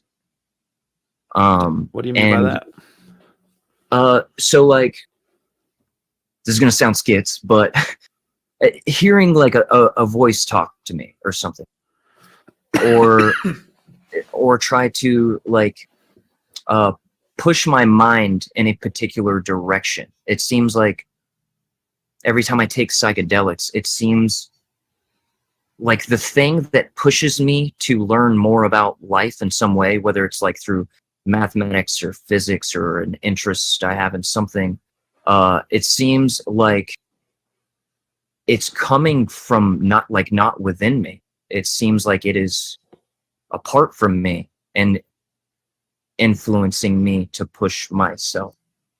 An example is hearing a voice talking to me about like Q prime, which is like I still to this day don't know what Q prime is, but I was like, what the hell is Q prime? And I'm like looking this up, and it does have an application. I still don't know enough mathematics to sit here and like pretend I know what that application is, but it did like bring me onto wanting to understand more about prime numbers. And then I went on and built just a little like web page for myself in HTML and JavaScript with functions for prime numbers and twin primes, and highlighting those in red and blue across a grid from 0 to 100,000. And before I knew it, like I was actively learning something about the behavior of prime numbers. And it turns out that like what I had actually did was something that was already done. It's called the sieve of Eratosthenes. It's blocking prime numbers by groups of 100 at a time. And you know, so coming out of that, I know that sounds like boring or whatever, but coming out of that, No, and I'm interested to hear it. In fact, I got a few questions about that. If you don't want to, if I can ask you real quick. sure. If you heard that voice, that same voice, and it said something like fabric softener, do you think it would have had the same kind of significance? Does the kind of ambiguity of Q prime make it feel more more likely to be true? Why do you think that is something guiding you versus any arbitrary word? Well, that's more of an example on like just a very, it sounds very ambiguous thing, right? But in that case, I would have to have a little more like evidence behind something like fabric softener, right? However, if I heard fabric softener and then I opened my door and there was like an Amazon package sitting there, and I opened it and I found like, you know, a case of 5 things of fabric softener sitting in a box, and it turns out the box wasn't mine, I would start asking myself some very odd questions, like even if it meant nothing, even if that's just a weird situation. But it really, that was like one example with Q prime. But another example is before I had learned about Hinduism, and I don't prescribe to the belief or anything, but before I had learned about it, I was experiencing hallucinations that were similar to things described in Hinduism of, you know, beings with multiple arms and things like that. And then buddies of mine that also do mushrooms experience sort of the same thing, like stuff like that. And it may not mean that, oh, Hinduism is absolutely true in its way, but after that experience, it did. I was curious, and I started learning more about it and listening to things like Alan Watts, and Alan Watts' whole take on this is kind of similar to mine, where it's like these things exist, these religions exist. They all claim, they all have some divinity claim to them, but it doesn't necessarily mean that is the one true way. You could very well be on your own island and just be you, and that is perfectly fine. But just after all of these experiences I've had, it seems like whether it's like mushrooms or some sort of divine sign, as I think I see it, it's always pushed me somewhere good, and it helped me push my mind further to I don't know, become a better person, or become more like thorough in the way that I think, or my arithmetic in doing things. If Do you think this is? Go ahead, Pierce. If it had been pushing you in kind of the opposite direction, where it was like telling you to do things that were bad, would you still hold the belief? I think if it was telling me to do things that I thought were bad, I just wouldn't do them, and it would probably freak me out. I'd probably think it's like, hey, maybe it's like demonic or something. You know what I mean? Oh, Which is like, who's to say? But yeah, I mean, I don't know. Guess I don't really know. Do you think this is a method that other people could use to come to similar conclusions? Do you think if we had everybody in this audience take the same psychedelics, they would come to similar conclusions as you? I do think it's possible, just because I've known people on psychedelics that have come to more or less the same conclusion as me. What happens if two people come to different conclusions? What if one person gets told to do bad things? Or how do you know how do you determine who's getting the right message? Yeah, that's a really good question. I would still be attached to the belief that I have and try to like rectify it in some way, and maybe consider what if the information they were getting was just evil, and would I actually sit there and like try to hash this out with the person? Probably not. Like I would probably just be like, hey, maybe don't take that again. That does not work out for you. Like, that's not a good idea. But as far as myself, the thoughts that I would keep to myself, I would just think, hey, maybe they were in a very impressionable state and could have been hit with just some bad juju, just some really evil stuff. Because I think that exists as well. I think evil's out there, and I think it's just as powerful as good. Like, I think it's like a balance, like 50-50. I prescribe to good. I'd rather not do evil, but I think that both things are in play.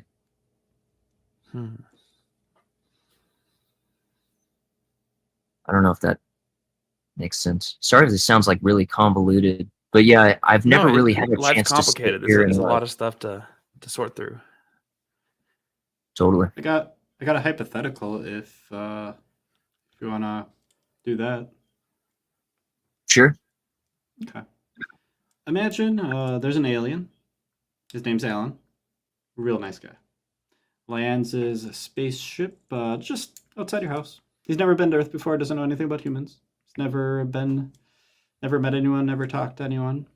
Doing his own alien thing. Maybe he was born yesterday. Who knows? But he comes down to Earth, and he tunes into the show, and he wants to know if pantheism is true, and if God is everywhere. What would be the best way for Alan the alien to figure this situation out, to figure out what is true? Dang, I'm not gonna lie. That's a really good. That's almost like a game-breaking question.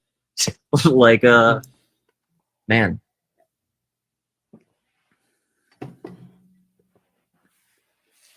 I think I'd have to sit on that for a while, like, because it's not like I could,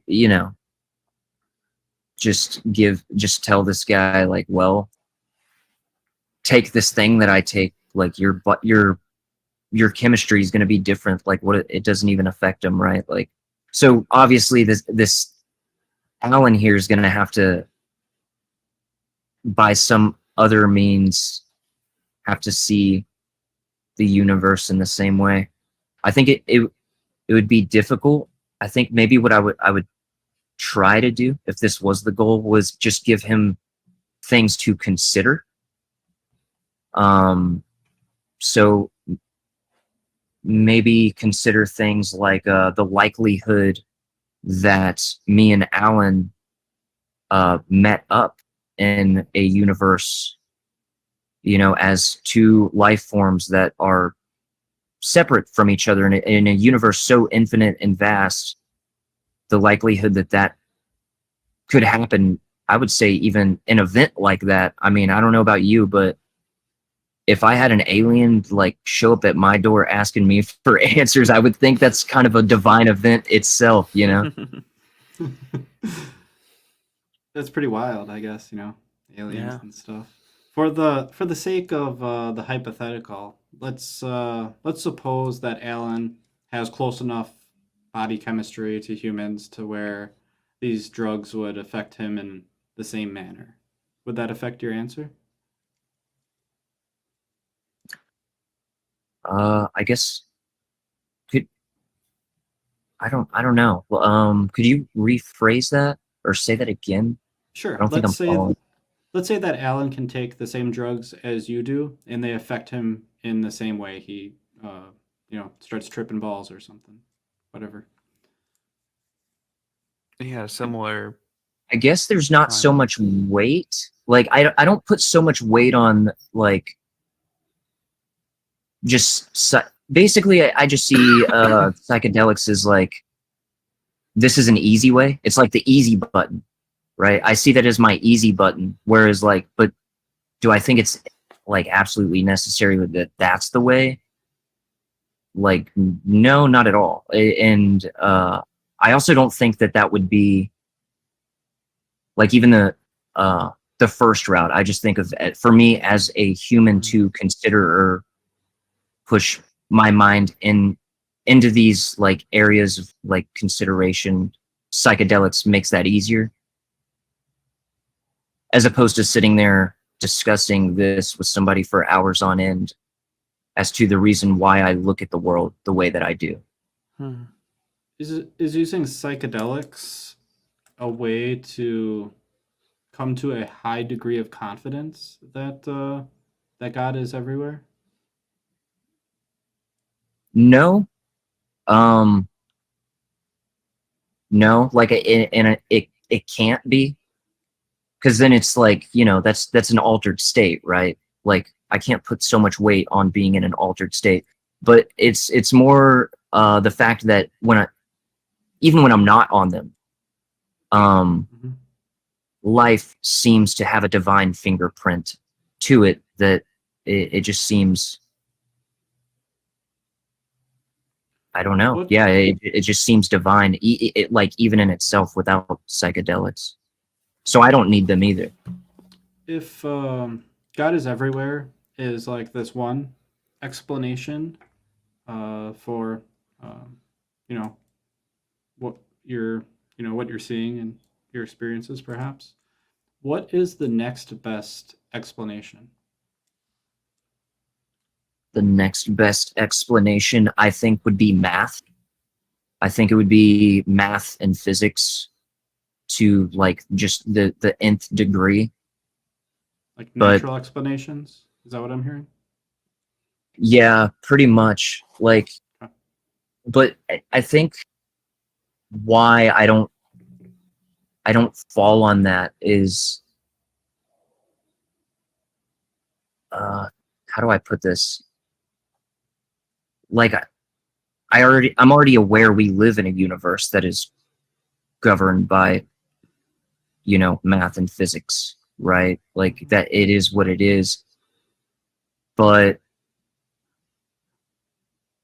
I think that doesn't necessarily like mean that because math and physics are there to, I guess, define the universe, God would be apart from it. I think that is it. Like, I think for those things to be there and do what they're doing is divine. The idea that we have like dimensions beyond the reality we live in, like the third dimension, the idea that in order for something to exist in a lower order, a lower dimension, it had to be brought forth from a higher dimension. Just that alone, yeah, sure, you're speaking in matters of like math and physics, but I think that's still equally a divine fingerprint.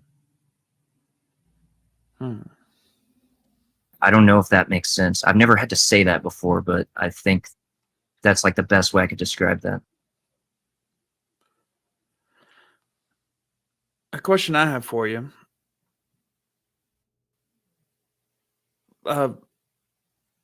If Alan the alien was not convinced, like that, just the drugs didn't do it for him, and the propositions and the things he read just didn't lead him to that conclusion. What values do you think are so important from that worldview that you would want Alan to try to maintain or consider, at least? Consider? I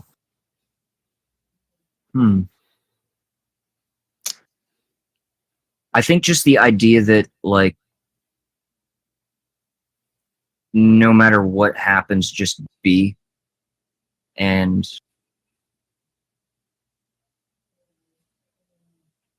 like everything's gonna be all right, I guess. Like, I know that sounds really like woo woo, but yeah, like from my position, that is how I see things. I see it as like good or evil, whatever the event is.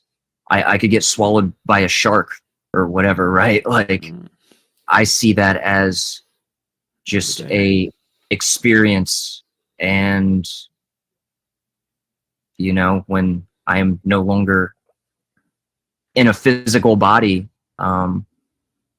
so be it. It's over. Everything's all right. Like, for instance, when, if you don't mind me asking, like, what year were you born? I remember more. You can give me a fake year. Okay, yeah. Let's just say you're born in like 92.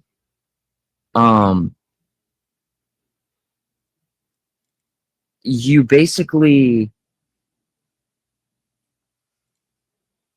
yourself in 1991 were perfectly fine, no problem in the world.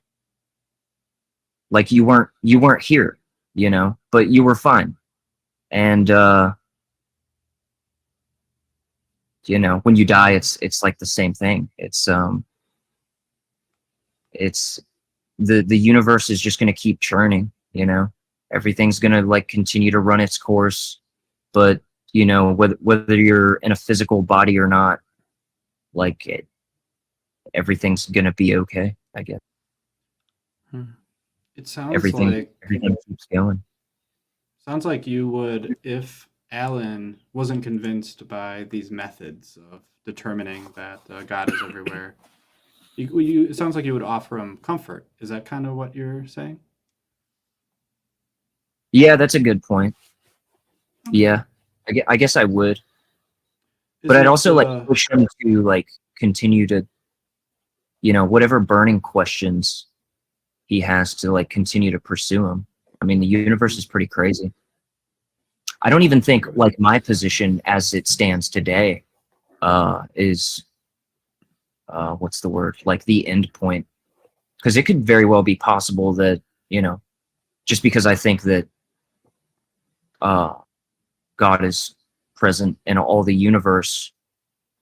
I mean, well, what about the case for multiple universes? Now what? Right? Like, there's still a lot like to evolve with that like thought process, but it's basically where I'm at now. This might be a little bit of an assumption on my part, so correct me if I'm off base. I very well might be. Since you would offer comfort to Alan if he didn't come to, this conclusion, is it safe to assume that if you were to lose this belief that God is everywhere, that it might be something that's maybe stressful or uncomfortable for you? Yeah, I could see where you're going with that. Yeah, if I'm being honest with myself, if I did lose that, the idea of it being all for nothing is very uncomfortable, for sure. So yeah, I guess that's like a little bit of my own like bias in there. I definitely do think that for me to go through the world, it is more comfortable to see a bad thing happen or a good thing happen and know that I have the potential to like be a light to somebody in a particular situation, or like just be a good person. And I know like an atheist can separate that, right? An atheist can be like, well, I can be a good person without any sort of belief in God, and that may be true. I would say my weight in putting so much weight in divinity allows me to check myself at like every second of like an interaction, right? Like it's basically, I do sit there and almost actively am sure that whoever I'm talking to, I'm doing it for the better of God. Like, and I wouldn't want to do them any wrong, basically. I would want to be sure that like, in my case, like I want to do good things, that they get to experience good things and feel comforted, and like they're not suffering. If I can alleviate suffering, I think I'm doing my job in some way, or doing what this God would want, or at least whatever a portion of its personality would want, or whatever. But I am aware that that isn't necessarily like, what's the word? That doesn't make me any different than like a Christian, right? I wonder if that would make you different than most people. I think most people might agree with that. You think so? Yeah, I'd say so. It's a good point. Cool. With that being said, if you were to reduce your confidence, or maybe not even believe it anymore, would like, since you wouldn't be that different than others, you kind of have the same goals, would you find some comfort in that?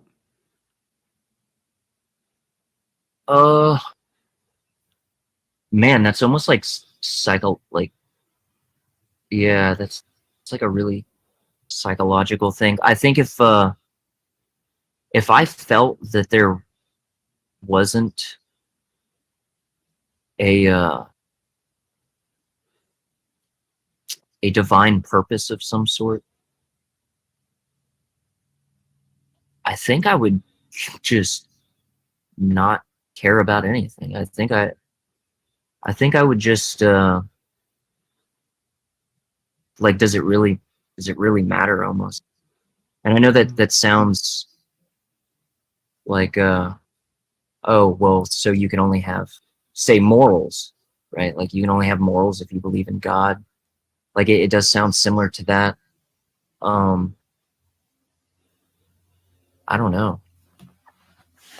Earlier, That's a you were tough- saying things like you'd want people to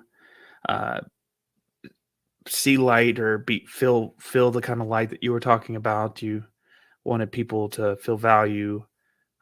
You have human subjective experiences. Does that part in the description of what you were doing is still there, right? Yeah, like let's say I felt that this thing doesn't exist at all. I would still want good for people. Like I would still want those things for people. But I think I may be more forceful about outcomes. So like, how do I put this?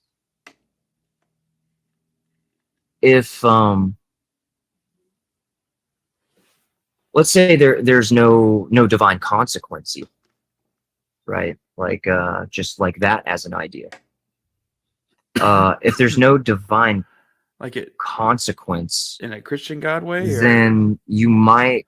I'm sorry, I'm cutting up. How do I put this? Like I think about like kind of like hacktivism, right? Like things like hacktivism. Like hacking, but like activism, that whole thing, hacktivism, cool. Mhm. Like Mr. Robot type thing. There you go, like stuff like that. Like I think if there wasn't a god of some sort involved, I would see it as, hey, look, bad situation. Here's the solution. Could lose some people in the process, but this needs to happen. It is for the better, but it's okay to lose this due to the greater end. I guess I could see something like that, but that's not where I'm at now. It's hard to say. It's hard to talk on something like a position that I'm not actually in. But I would imagine that if I didn't have so much weight into this idea of a all-pervasive God of some sort, I may be a little more loose and forceful about outcome, like determining outcome, how it gets done, yada yada yada. Doesn't mean I would like surely wouldn't want to go like full blown like skits evil or something, but that I think that's, if I'm just being honest with myself, I think I would drop some of the moral obligations that I have. I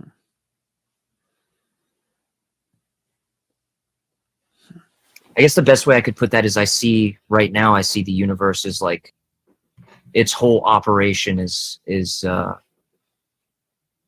divine, like it's just flowing, and all of these events are over some watchful eye, I guess, right?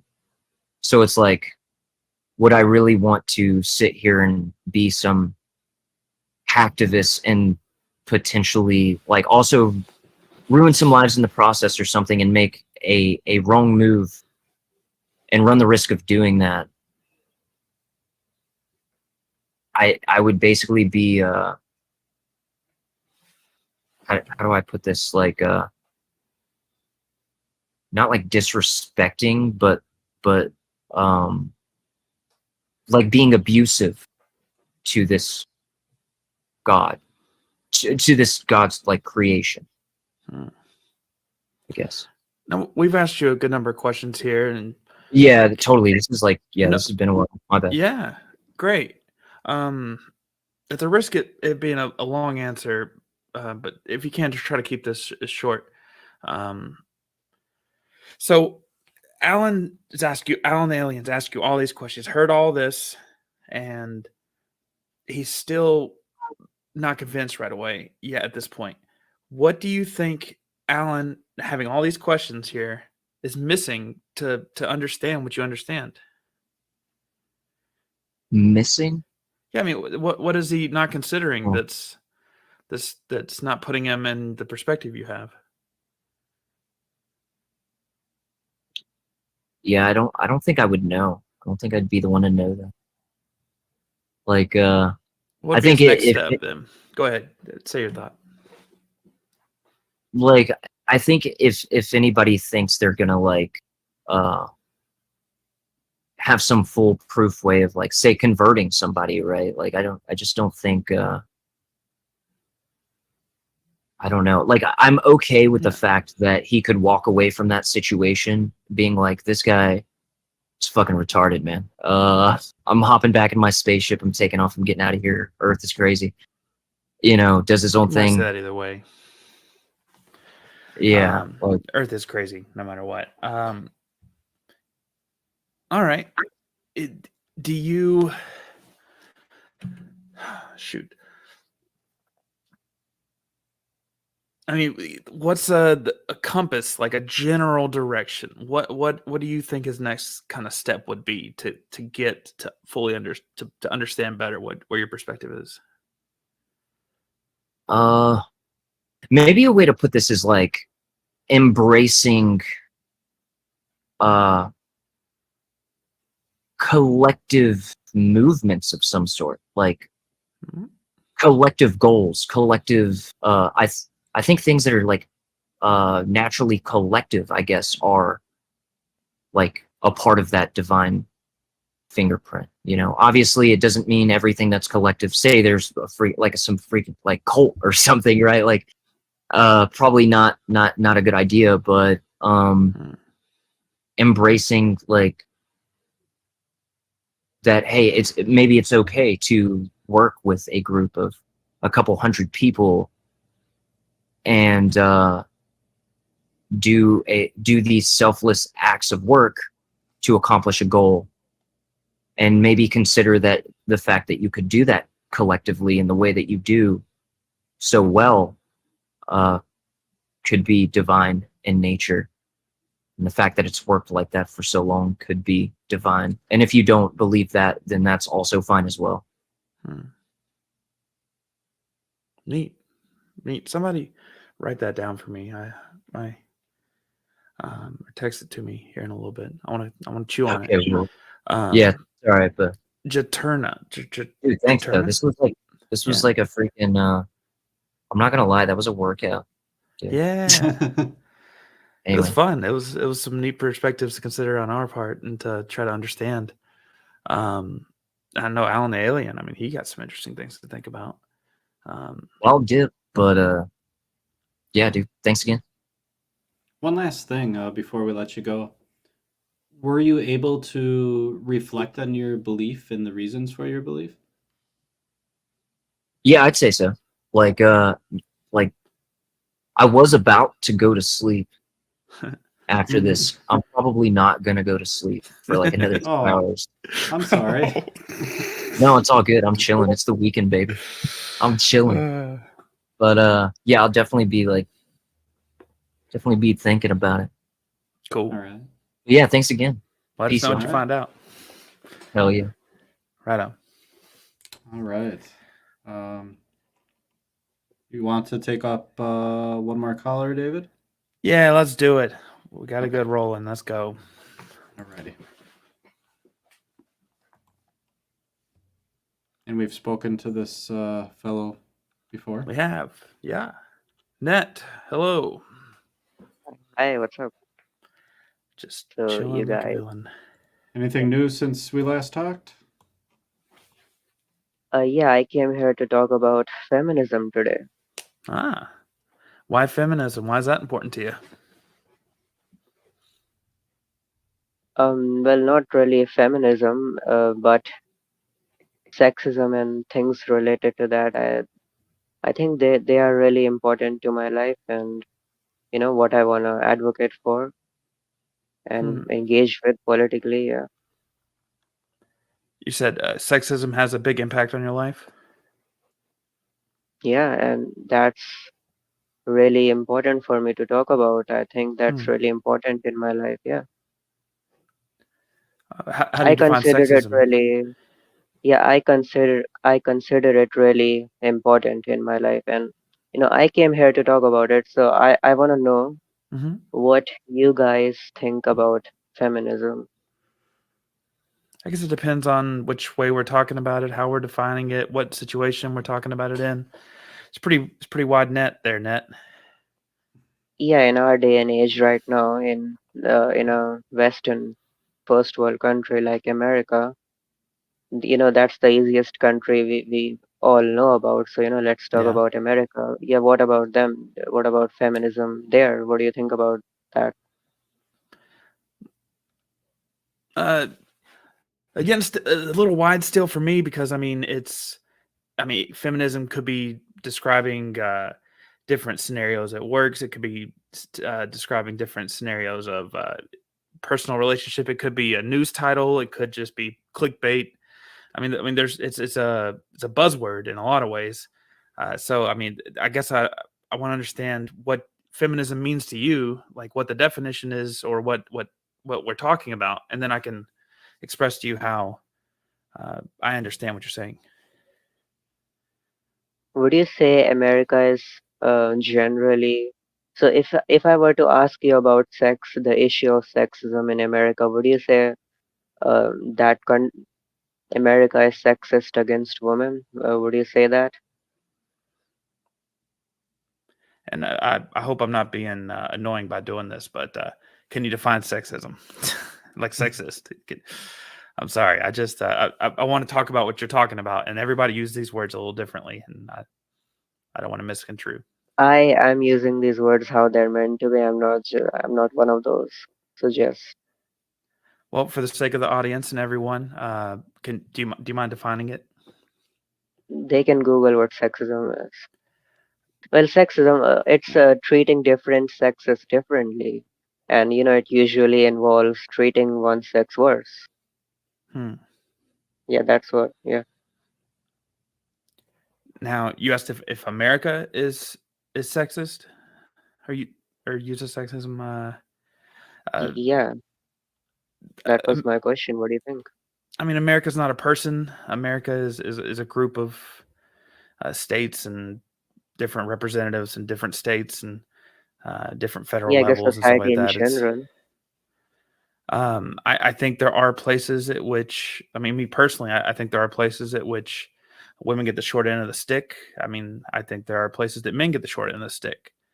I think that it's primarily been more short end sticks for women over the past uh, most of history. And Like how? well, there have been less potential rights for women, which Like we've what? made progress in that, like the right to vote, the right Oh, to okay. So, yeah, those women, they must be um, really wanting to be men, so they could have more rights, right? Back then, right?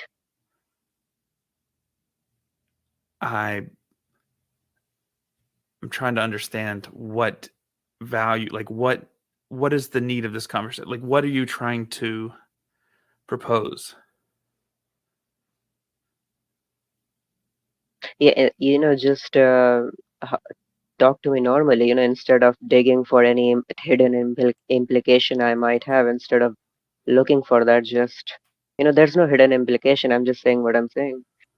So you told me that in the past, women enjoyed less rights. Um, that's not really true. Yeah, I mean, No, this is the biggest. This is the biggest psyop I have ever seen. In the world happening. In the entire world right now. no, Net, we've You know, talked before, so I know that you have kind of an idea of what we're doing, but I'm just gonna remind you a little bit. So what we're okay, doing is yeah, called Street Epistemology. So it's a okay, conversation technique where we talk about what you believe, how you arrived at your conclusion, and okay, kind yeah, of I talk know. about your reasons and stuff. Um, I suppose if you wanted to do street epistemology on us, you could. I would allow that. But if you're, so far, I don't think you quite have gotten there. But if you have a claim that you'd like to, tell us about, then we Okay. can, so we can kind of go down, the route that the show is set up for. Oh, all right, all right. If you were to hear a list of if you were to hear a list of things that seem to be unequal for men and women, wait, just let me first ask: are you making the claim that there has been no sexism, or there's been less sexism? I just want to fully understand what perspective what we're talking.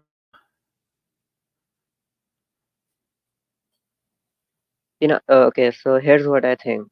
I don't think it's fair. I don't think you get to say, and people should get to say that women back then had less rights back then because they weren't allowed access to a ballot paper when men and teenage boys, even children who were unfortunate enough to be born males, were drafted into wars and dying there.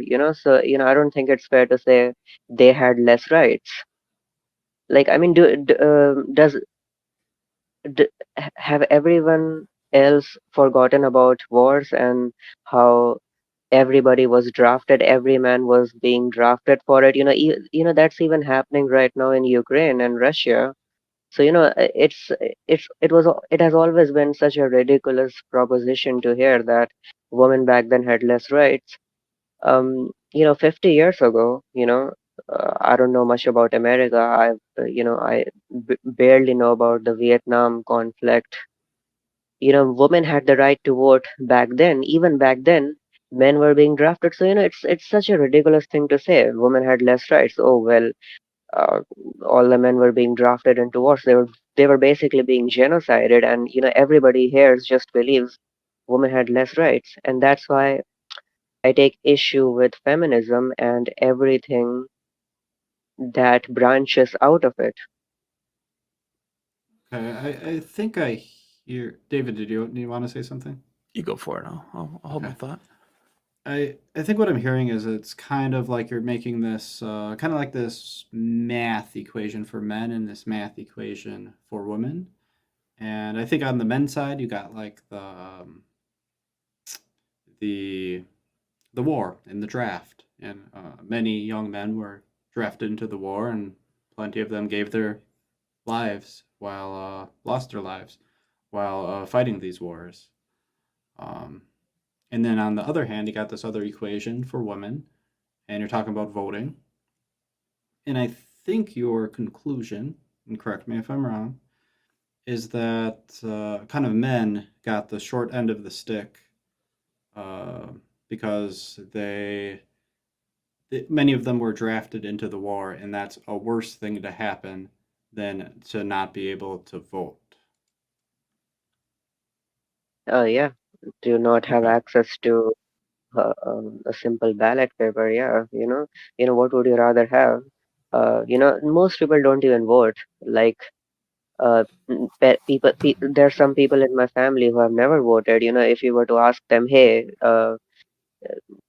sh- should anyone, do you want to die right now? What do you think their response would be? Okay. If there wasn't any, like, we were talking about the United States, so I guess let's talk about that perhaps.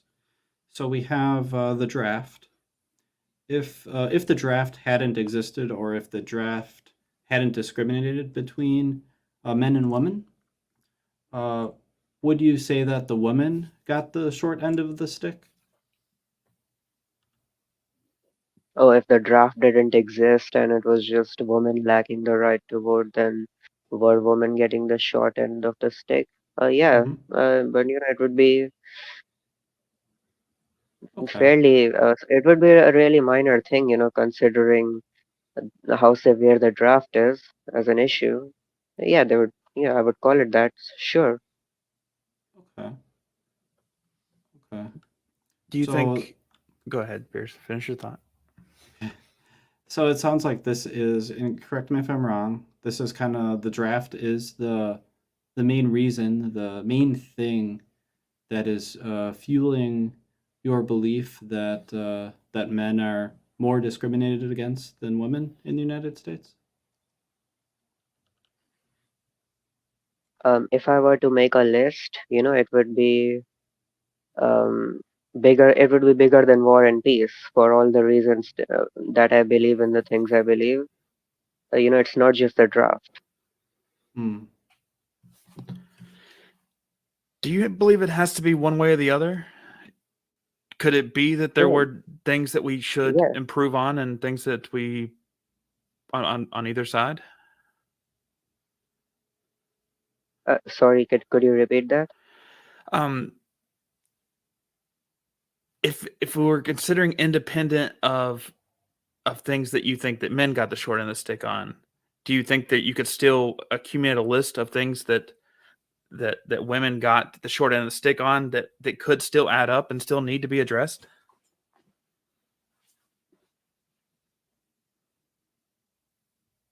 I don't think people know. I don't like what you're saying right now, because I have never heard anyone speak like this in such a way about racism.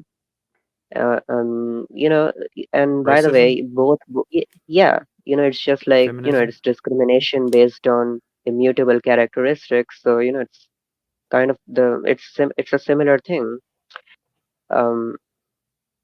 And both parties cannot be discriminated against. Discrimination by definition means that it's a relative thing. I'm Only sorry, one party can be are we shifting discriminated against. topics? I'm just trying to follow you here. No, you asked me about could both parties have some gripes, some genuine gripes, right? You said something along those lines. Yeah, we were talking about feminism and Yeah. sexism. We were talking about sexism specifically. Yeah, you said that both of the sexes could have some genuine gripes, and I'm saying no, that's not really possible, because both the sexes, or both parties in any situation, cannot be discriminated against. Only one party can be discriminated against. By definition, that's how the concept works. It's relative. Is If that everybody's in all discriminated, scenarios? I'm sorry, go ahead. yeah. So here's how the concept of discrimination works. If everybody is discriminated against, it's nobody is, because by definition it's about treating uh, a section of people different than you treat other people in a worse way. That's I hear what you're what saying, the and that's on me. I didn't communicate clearly. I'm saying, are there different scenarios at which, I mean, do we have to look at this as one side is the most, or one side is it's only one side that's discriminated against, or can you say, like, in this area and is this one, and this area is this one, and this particular type of scenario is this one? You know what I'm saying? So the discrimination is context based. Harm is a relative concept. So if everybody has it worse, but somebody else has it worse, that's a different. Harm is a relative thing. I'm not talking about high score. I'm just saying, like, situations, like the voting was No, very there- specific to that situation. Okay. The maybe something like owning property is very specific to that situation. Maybe something like divorces and then like separations and child support. It's a specific situation, and each of those have their own factors. There is no situation where women are discriminated against, really, that I'm aware of. And I frankly don't think there is any that exists. And people don't really talk about any other thing like this. It's not really a topic that if that good people should be having, I think. I just think it's like dog whistling. Yeah, I might be losing you. I'm not being very clear right now. I know what you mean. But I mean, I'm breaking format of the show to have this conversation in this Yeah, way. yeah, But I'm just gonna, yeah, I'm just gonna say I'll there are say, I not mean, really, I will yeah. talk about both sides. Like it's not a problem. I think there are individual situations to address. That's what I'm trying to say. That to try to Okay, make a yeah, blanket just to statement and say be, that yeah. these people are never this, these people are never this. I feel like that's you're going to get lost in the sauce in that kind of way. I mean, you're going to be so blind to actually addressing situations if you have that kind of presupposition. Yeah, so just to give you a quick, concise answer, I don't think there are any scenarios where women are discriminated against, and yeah, that's it. What's the situation which men are discriminated against? Yeah, I just named a draft. I just named one. So if You women want me to were name only, more? yeah, what's another one? Well, another one, people talk about, how awful the Middle East is when it comes to women's rights, or how, in Africa, in some parts of Africa, their genitals are mutilated. People do the, I was watching this one news reporter. I don't know, maybe it was from, I don't know which one it was, but they were showing that how women girls their genitals were mutilated, and they use those body parts, those mutilated body parts for decorations and things like that. This is the same thing you guys do in America. This is the exact same thing, and yet that is somehow okay. It's much worse when America does it, because America is a first world country. It's the most significant country on the planet, and it's different when some random backwards, nobody cares about country in Africa does it. It's different as compared to when America, the most significant country out there, does it, and it's much much worse. America does it much more. It mutilates, circumcises male babies. Just the men, not women. Well, that And sounds like a sword that you cuts both on both sides. It sounds like you have the issue with circumcision, which is a very solid conversation to have. yeah, and it's also it's not just mutilation, it's organ harvesting as well, because they use those mutilated body parts in America as well for sunscreens and things like that. So it's really sick that a first world country is doing such things. This is news to It's me. it's really sick, and yeah, it's a really sick thing, and I'm shocked that you can really manipulate people, and how much social conditioning can play a part in shaping people. I'm I just thought I sorry. mean that is fast. I mean that's interesting and something I'll have to look into. But like, do you can we go back to examples of men being Yeah, this is one of those. it sounds like that's something that happens to both sexes. I'm trying to understand. It happens, well, in America it only happens to men, and if you were to look at all over the world, it happens to men more.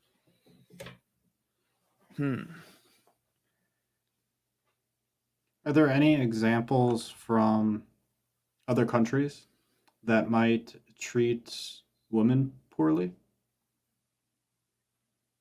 No. What would it look like to treat someone poorly? Or like what would it, can you think of like a hypothetical Yeah, the way they example? treat men. Yeah, the way we treat men right now in every corner of the world.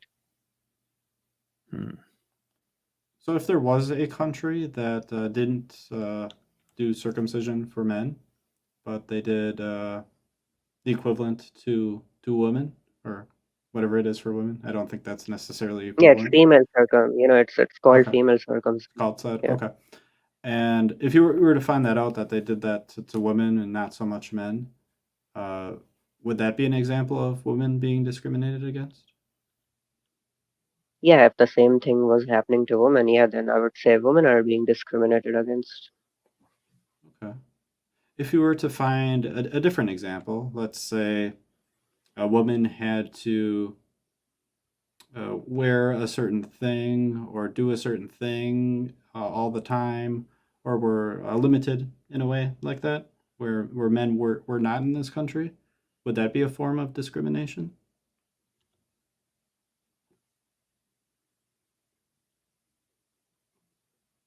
I would look at I would look at everything else that is happening, and if a woman just have to, if there's a country where where they have their customs, then they're really religious, like the Middle East, and they have customs where women just have to wear a piece of cloth, and the men, they have to suffer something much more. Then I would not say women are being discriminated against. I would say men are being discriminated against. And If it's just you were talking about wearing a certain piece of cloth. It's just you're talking. I mean, maybe you're referring to the things like the hijab. It's just a piece of cloth. It is such a far cry from everything else that happens to men all over the globe. It's nothing compared to everything else that happens. if you were one of these women in one of those countries, uh, how can you imagine what feeling you might feel? What feeling might you have? I would feel pretty privileged. That's assuming I wasn't dumb or the R word or anything. And why would that feeling? Why would you have that feeling?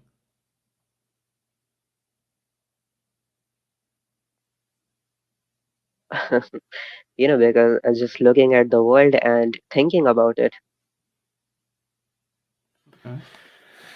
Do And you as think?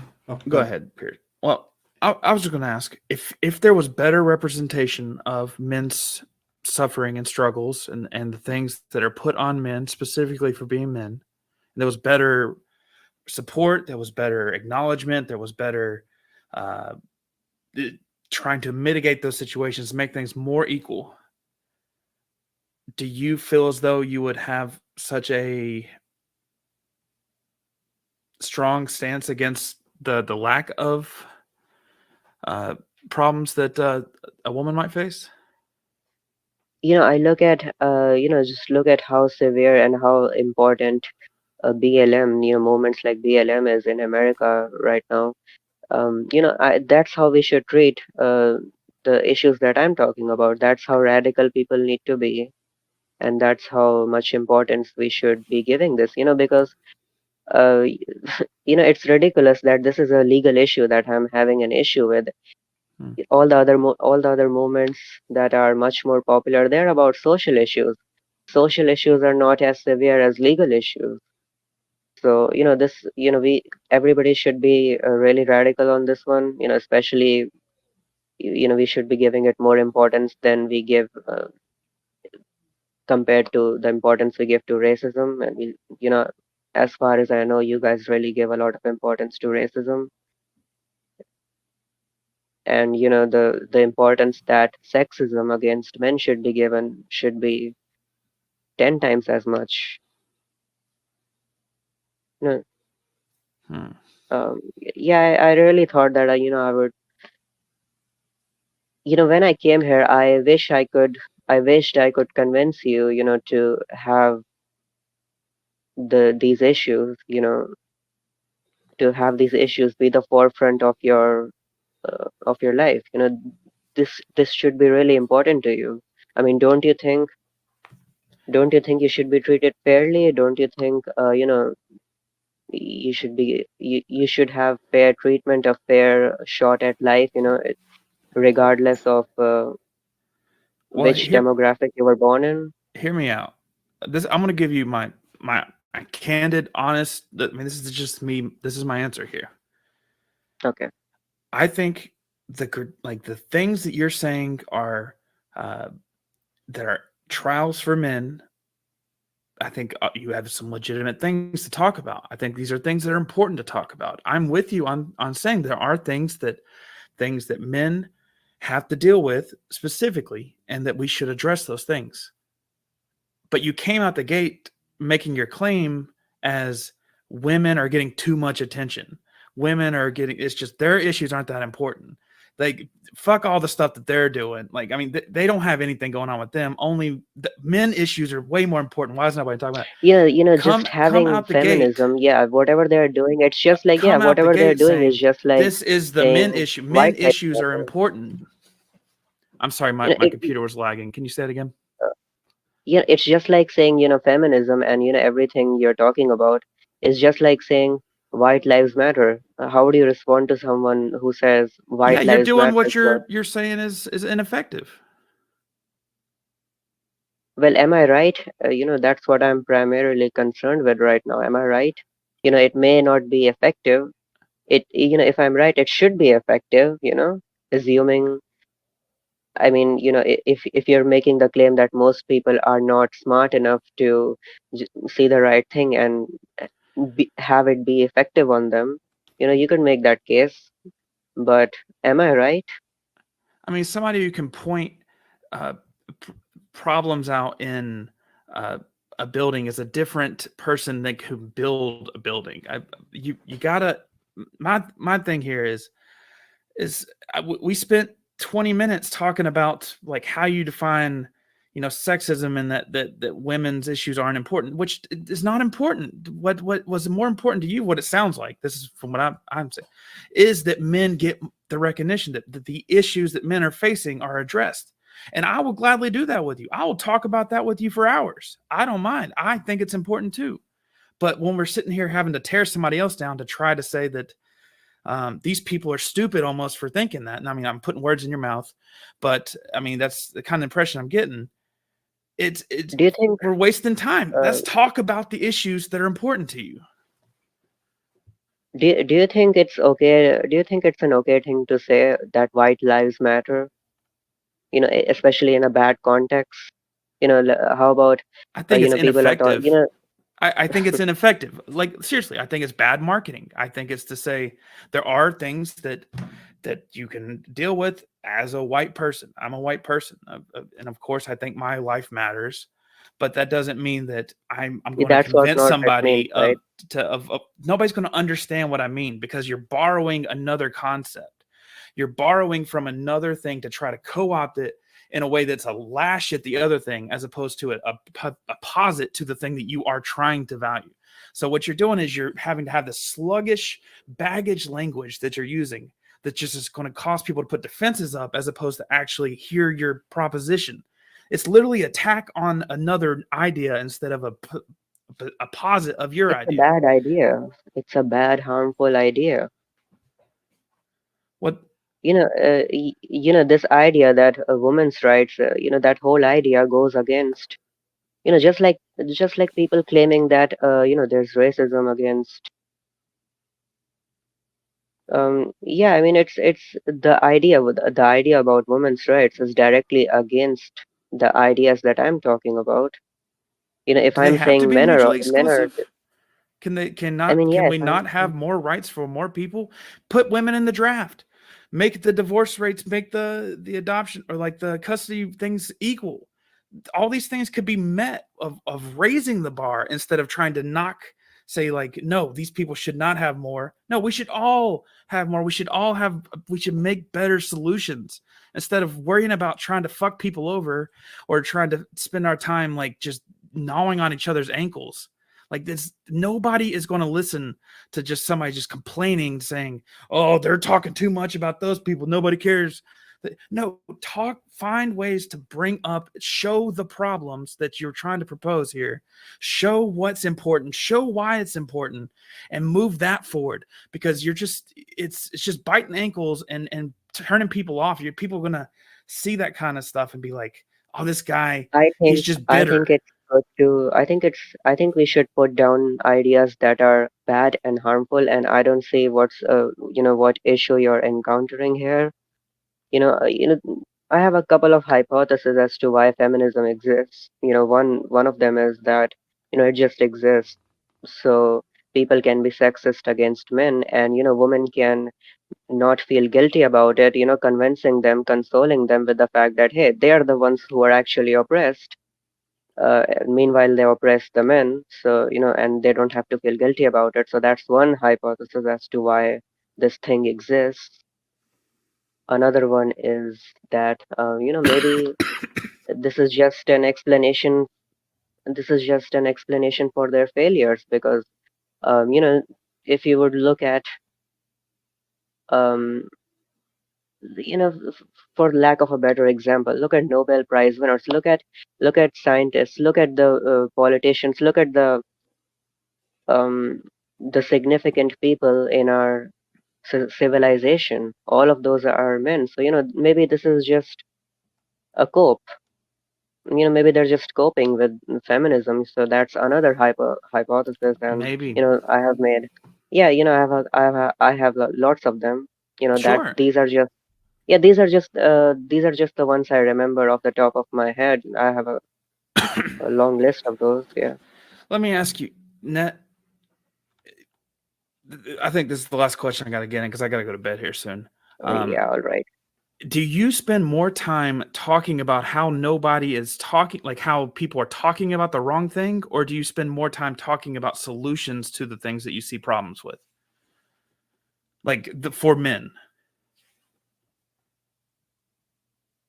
The things that I'm talking about, these are not the things that we need solutions for. These are things that we need to be convinced of, that these things are a problem in the first place. Do you spend more time So, yeah. talking about the men's problems, or do you spend more time complaining that people are talking about the women's problems? Yeah, I don't keep track of that. Yeah, but I talk about both.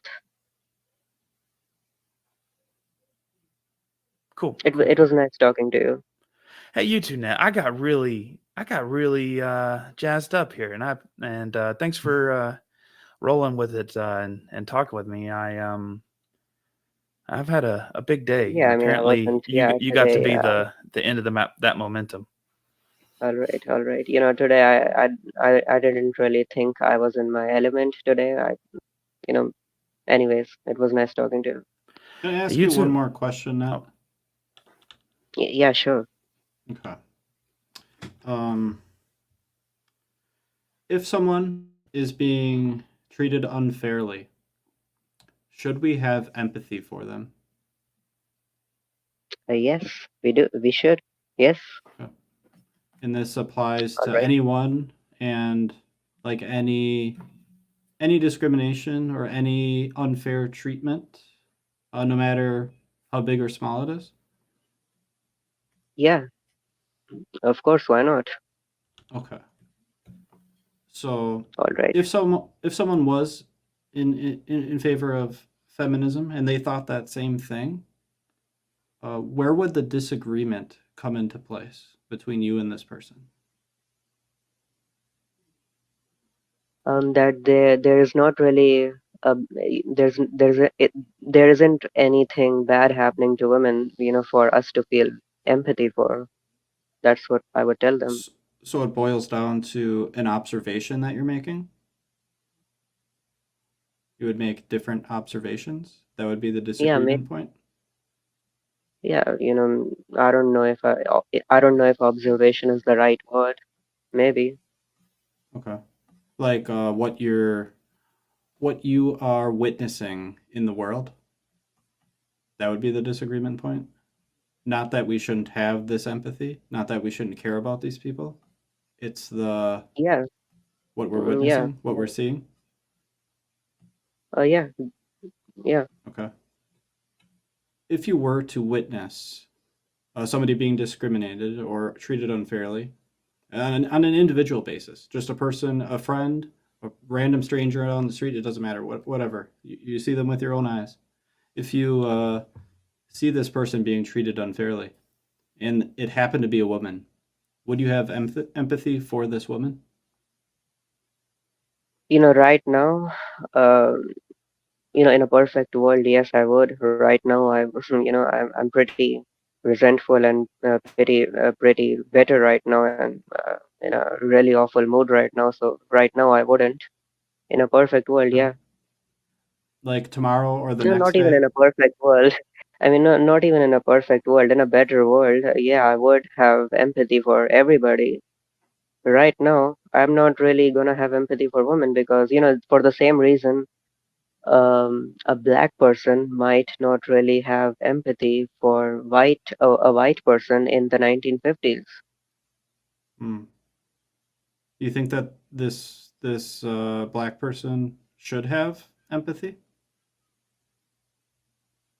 No, I think, if you're a black person in 1950s with Jim Crow and, everything, what about a black person during slavery? So, I think it's fair for them to not empathize with white people in that situation. And, for the same reason, it's fine for me to not feel empathy for women right now. Because in some countries, I could argue men are being held slaves. I would even go as far as to say it's fair for me to be misogynistic.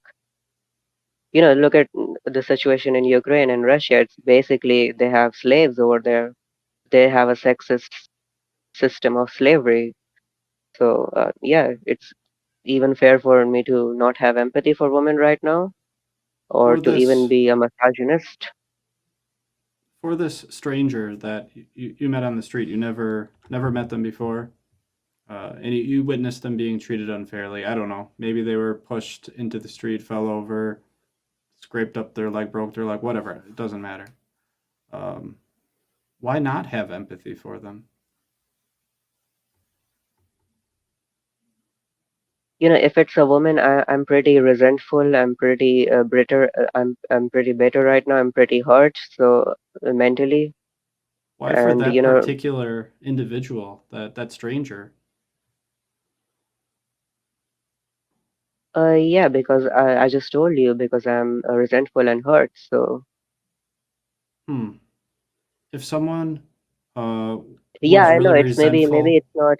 Yeah, I know what you're trying to say. You're saying that it's not the victim's fault. It's not the fault of that particular victim. Why am I taking it out on them? Well, yeah. it's not really, I don't really see it that way. I don't think I am the one who's taking it out on them. I think the people who are treating me badly, who are, making me overdose on these emotions, I think they are the ones responsible for that victim. I think they're the Are ones responsible, not me. are we responsible for our own emotions and actions? In some situations, you're not responsible for your actions. If I put a gun, if I held you at gunpoint, are you really responsible? I mean, that's debatable. It's a debatable thing. Okay. Is the situation just like that situation where it's like at gunpoint? Are they the same? Yeah, I mean, yeah, it's similar because they're pushing me. They're pushing me emotionally, mentally. Just like they would be pushing a black person back then, mentally and emotionally, to not empathize with a white person, and even take out their bitterness and resentfulness on them. Okay. And yeah, I think that would be pretty justifiable. It would be a debatable thing to do. I'd And like I think to most people would agree with it. Most people would agree with it. Here's the thing. Most people would be fine with it, hmm, I'd especially concerning racism. Quick like to caveat on that scenario, real quick. If that person, if that woman who was unfairly treated in the street, agreed with your principles, agreed with what you're saying, and had the same mindset as you, would Yeah, that then I would change how you empathize with affected? her. Yeah, that would change everything. And do you think that the majority of human No, women, no, I think the people who agree with me, I could count them on fingers, unfortunately. Yeah, yeah, I hope that changes, but yeah, I think, even if the woman agrees with me, I think if she's gonna agree with me, she also has to understand that, I have to, at the end of the day, practically, I have to guess. I can't just ask anyone. So I yeah, just how would have you to make a know? guess. Yeah, yeah. So that's a practical situation. I just have to guess, and if that results in something bad, I'm not the one who should be held responsible. It's the people who are pushing me, who made me like this. It's them who should be held responsible. And if the woman who agrees with me, the woman who agrees with me in your situation, in your scenario, Mhm. I think if she agrees with me, she would understand this. If I was in her if I was in her position, I would understand too. Hmm. Nat, I want you to imagine a hypothetical scenario about this hypothetical scenario. If yeah, I know. If you were this woman who was pushed into the street, broke her leg, whatever. If you were her, what kind of feelings do you think you would have at that moment?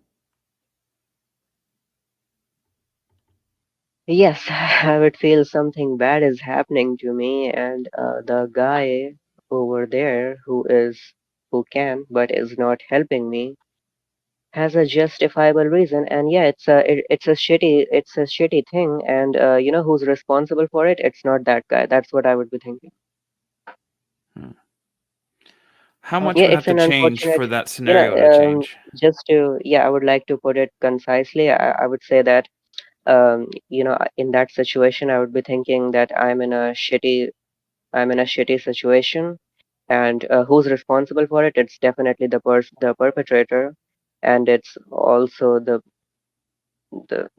that guy. You know, it's also that guy and whoever made him like that. Yeah, I guess I'm not really putting it more concisely and in a better way. No, that's no Forget problem. it. Yeah, forget it. Um, Forget it. I like I said, I could talk about this stuff for hours because I mean I do think it's important to talk about. So could I. I'm not. We weren't trying to blow you off by the questions we're asking. We're trying to talk about it. But Yes, so am I. how much would have to change for you to have empathy for that person? What in your lifetime could you see that would change the way that you view the situations of the women that you interact with, or the person on the If street, I the person wasn't, who's getting yeah, if yeah. okay, yeah, if the world stopped subjecting me to injustices, then and to other people, I'm a pretty privileged person. Other people have it much. Other men have it much worse than me. If the world were to stop doing injustices to those people and to me, then yeah, I would start having empathy for that woman, for women in general. Would you want to get to that point? Yeah, that's why I'm talking to you right now to change minds. What's the best strategy? What's the best message to tell others to get to that end result?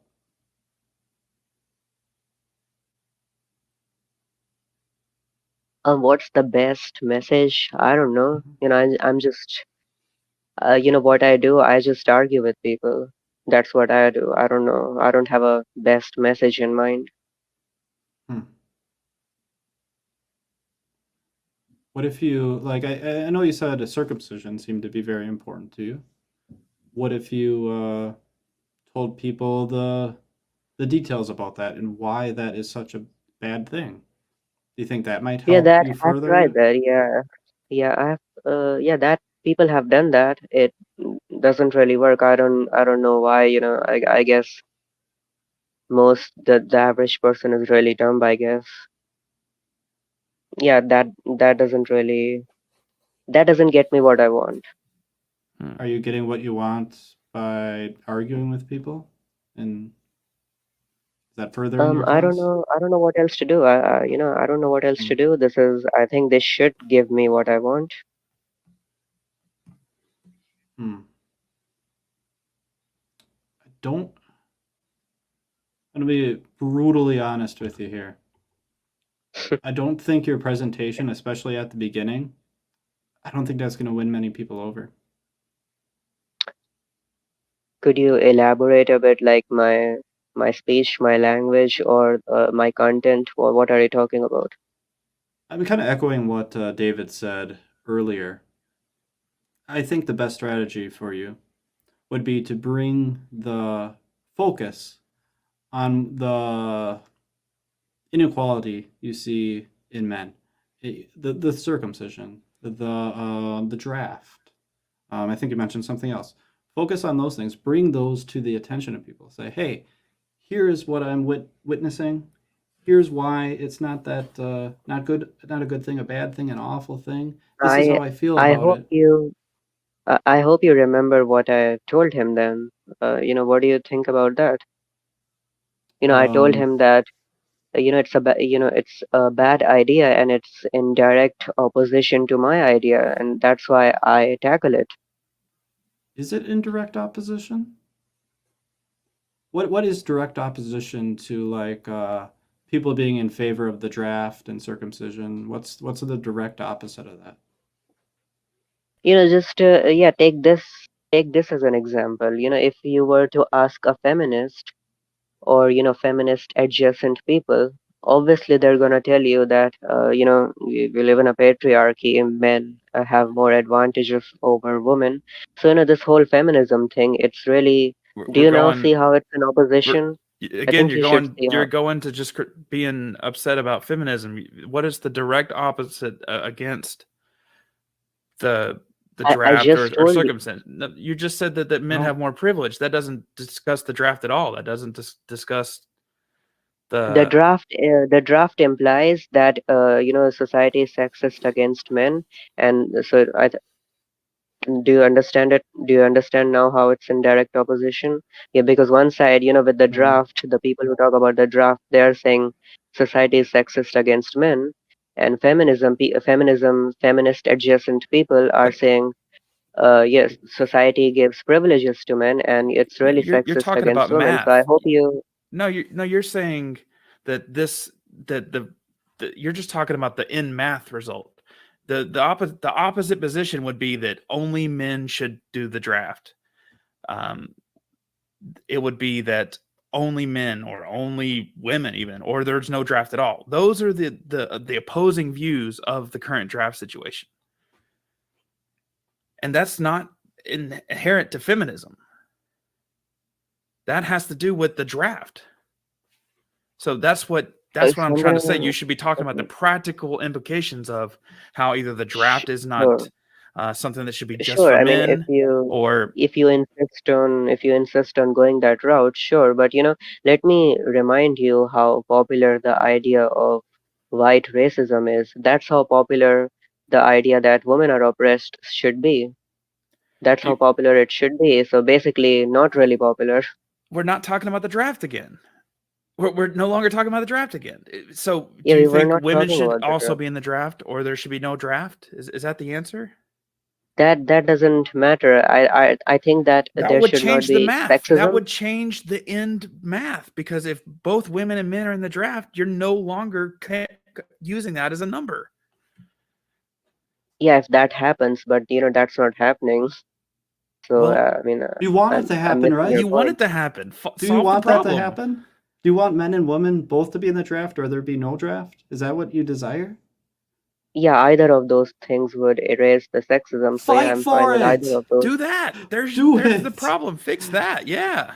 Then okay, you guys are really missing my point. So I'm gonna make one easy one this last time. Do you know the first wave of you were talking about waves of feminism the first time at the beginning of the conversation. Did you know the first wave of feminism, the wave that you guys must be considering really pure and all, the good wave of We've feminism? made no Do you comments know? about any of that. Yeah, you didn't. I'm assuming you must really have good opinions of those, and you did mention waves of feminism. So did you know the first wave of feminism, the original feminists Yeah, both.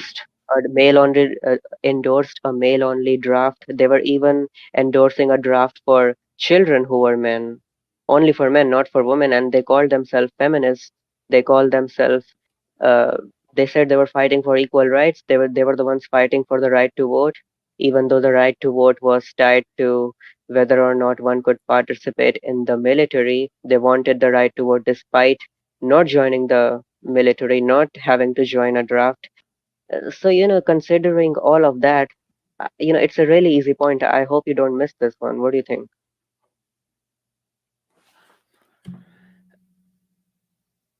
I think it is You've been understandable that yeah. there are people who make propositions like you're saying. I get what you're saying, that there were people who made propositions that men should only be the ones who go to war. But if that is the problem, if you think that it's also should be females that get drafted, or that there should be no draft, that's the enemy of you. That's your enemy. That has nothing to do whether or not women have problems.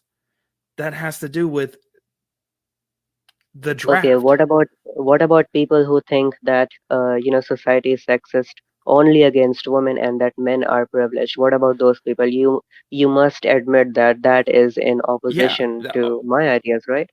Any kind of Okay. grand sweeping thing that only a certain group can do wrong. I mean, you can make definitional claims all day. Yes, I'm against that. Yeah, I'm against Okay. that. Whatever, I see a lot of those. Yeah, I see a lot of that. And Okay, I'm against. Yeah. But I think the things that you're mostly mad at, well, one, because that denies there's any problems for you, which, I mean, the thing that you're describing is saying that they're ignoring all the problems of men and saying that there's only problems for women. You're saying the same thing. There's only problems for men and we're ignoring all the problems for women. We got to talk about the individual situations here and stop just trying to make this we win, they lose situation. The reason, David, the reason I don't like what you're saying is because if we if we replace sexism here with racism, people were treated really differently, and that's exactly how I want sexism to be treated. If you were to say the idea that America is racist against white people, that wouldn't be a really popular idea. You can have this idea that there is sexism against women, but that's how I want that idea to be seen.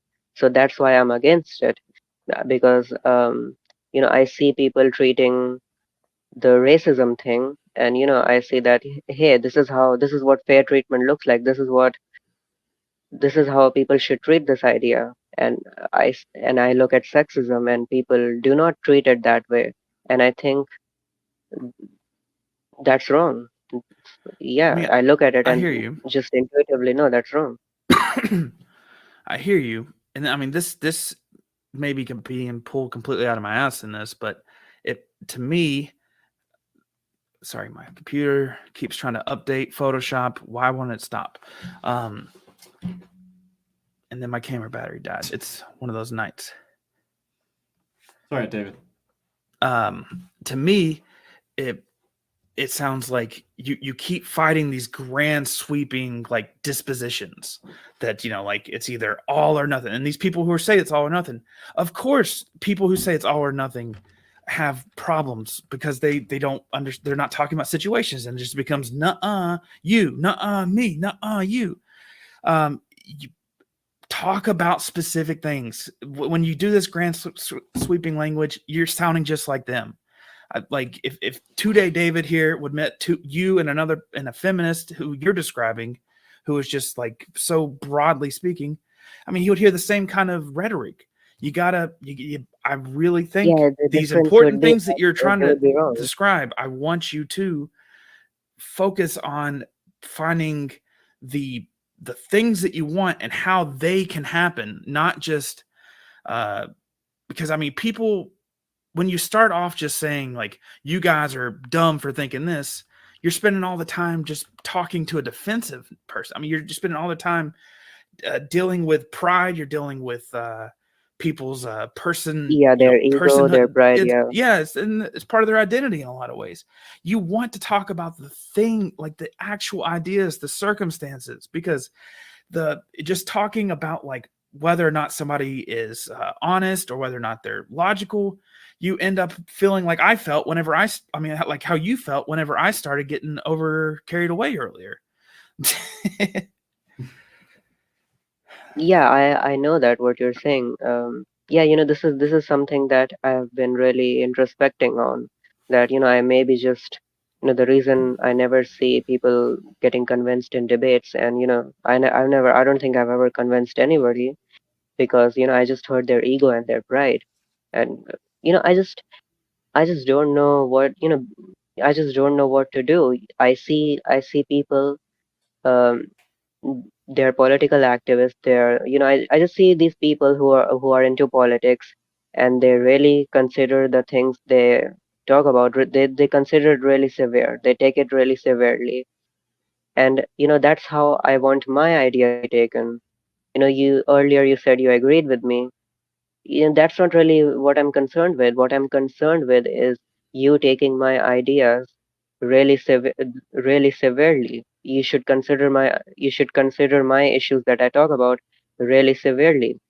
That's what I want. And I see this everywhere. I Well, see I this mean, happening everywhere else. we had to Yeah, and spend I just 20 don't know what to do minutes. about it. We had to spend 20 minutes like worrying that you were trying to like undercut us and like make us say something like catch us like, oh, what do you think of sexism? Like, oh, don't you think that this is an injustice? Like you're trying to trap me for like 20 minutes before I Well, could even it get was to a the things that you mixture. want to change, Yeah. to the things that you want to happen, the things that you care about, the actual things you care about, the things that you want and care about. That's what you need to figure out how you can, because there's a million like people on the internet complaining about feminism. It's just reality TV at this point.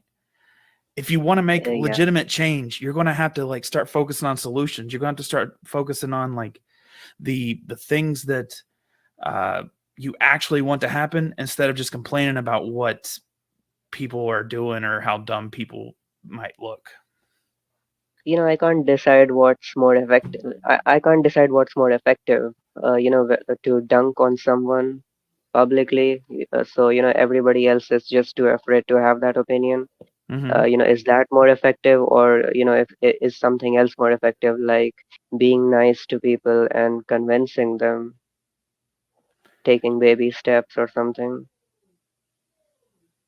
It's honestly, it's hard to say. I think sometimes dunking works in some ways. I'll be honest. I'm optimistic that that the more actual in-depth conversations, that the dealing with the thoughts and motivations, how we come to know what we know, the not to the working Yeah, and together towards also understanding versus trying to yeah, win an argument. I I get think you. that goes a lot further to me. Like I feel like Ye- people are more convinced that way, but I mean, that I could be a blind optimist. Who cares? I'm gonna try anyways. Yeah, and also a lot of the reason a lot of people gravitate towards the former is because they just want to be good at debates. It's also something they're interested in, to Yeah. just be good at debates. So Oh yeah, that's it's a why little also they dopamine hit. gravitate towards that. I find myself getting caught Yeah, up in it all the time. As you saw, like I got a little heated there um at one point, and I get it. Like, it's a little dopamine rush. I mean, it's like a game in a lot of ways. Debate is. It's you can win, so to speak. But if your goal is to convince other people, I don't think it's as much convincing. It might make people ashamed of their beliefs, but I don't think it changes their mind. yeah. When I said I want to change their minds, I just meant that I want what I want, and it's not really to. I guess you could say it's not really to change minds. That's just a vehicle to get what I want. To get That's what What do you you just a want? want, would you have to change people's minds? Like, would you have to change people's Yeah, behaviors? that would be one way. Yeah, that would be one way to get what I want. I could also shame them into behaving a certain way. That could also, I could also get what I want that way. Isn't that what you say that feminists are doing to men, trying to shame them? Do you feel as that's convincing you? They can shame me all I want. That's okay. If you dunk on me, at the end of the day, I'm just gonna look at it from a logical perspective. And shaming people and dunking on them, that's fine. The difference is that they are wrong and I am not. That's the difference. Are they That's what feeling the same justifies way? me. Are they feeling the Yeah, they same way? feel. Yeah, they feel the same way, but objectively speaking, they're not, and that's what makes the difference. Doesn't sound very effective. Yeah. Does it? Just sounds like masturbating. Yeah, I'm not trying to be. Yeah, I'm trying not to be effective right now. I'm trying to be right now. Why? For fun? No, it's just Because I thought you said it's just a roll of dice. to get what you want, you need it to be effective. Because you need to change minds to get what you want, whether or not you care if the minds are changed. You want If I was the in world your place, different. I would have had my mind changed. If I was in your place, I would have my mind changed. I'm sorry, I didn't catch what you meant on that. Yeah, me neither. I'm saying that if I was in your place, I would have my mind changed. Hmm. So I think what I'm saying right now makes perfect sense for me to say.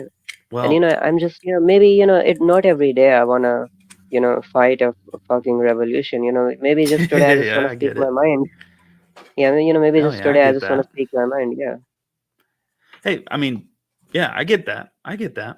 But if you've got the adamant feeling, if you've got the visceral and you've got the ability intact, I mean, why not make a sniper, like a focus shot, then just spray and pray and whatever, you know what I'm saying?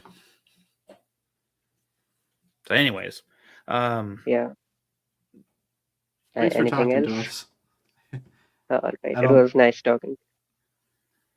yeah. Okay.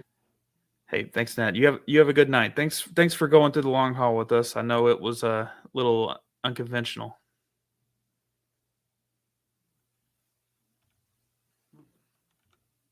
What screen do I want? Oh. Well, I'm up much later than I expected. I But don't it's have a all screen right. for us for our ending here. It's just going to be Okay. me. Anyway. All right. Well, I think we should end on a joke. Should we end on a joke? Yeah, let's do it. What is the Easter Bunny's favorite restaurant? Oh no. This is a good one. What is This is a good one. Let's hear it. What is it? IHOP. Good night. That was a good one. All right, Taylor. The link for the after show, that'd be right now. If you could, please. So what Taylor's doing is he's dropping the after show link. That's where I'll be. It sounds like David's going to bed, so I don't know if he's going to be there. I might for a little bit. Let me check my phone. Same for me. It's getting awfully late. So it's the tiny URL. That is the one. He's putting on YouTube too, in case any of you guys want to come hang out. People in Discord, there it is. But with that being said, David, do you have anything left to say before I roll that outro?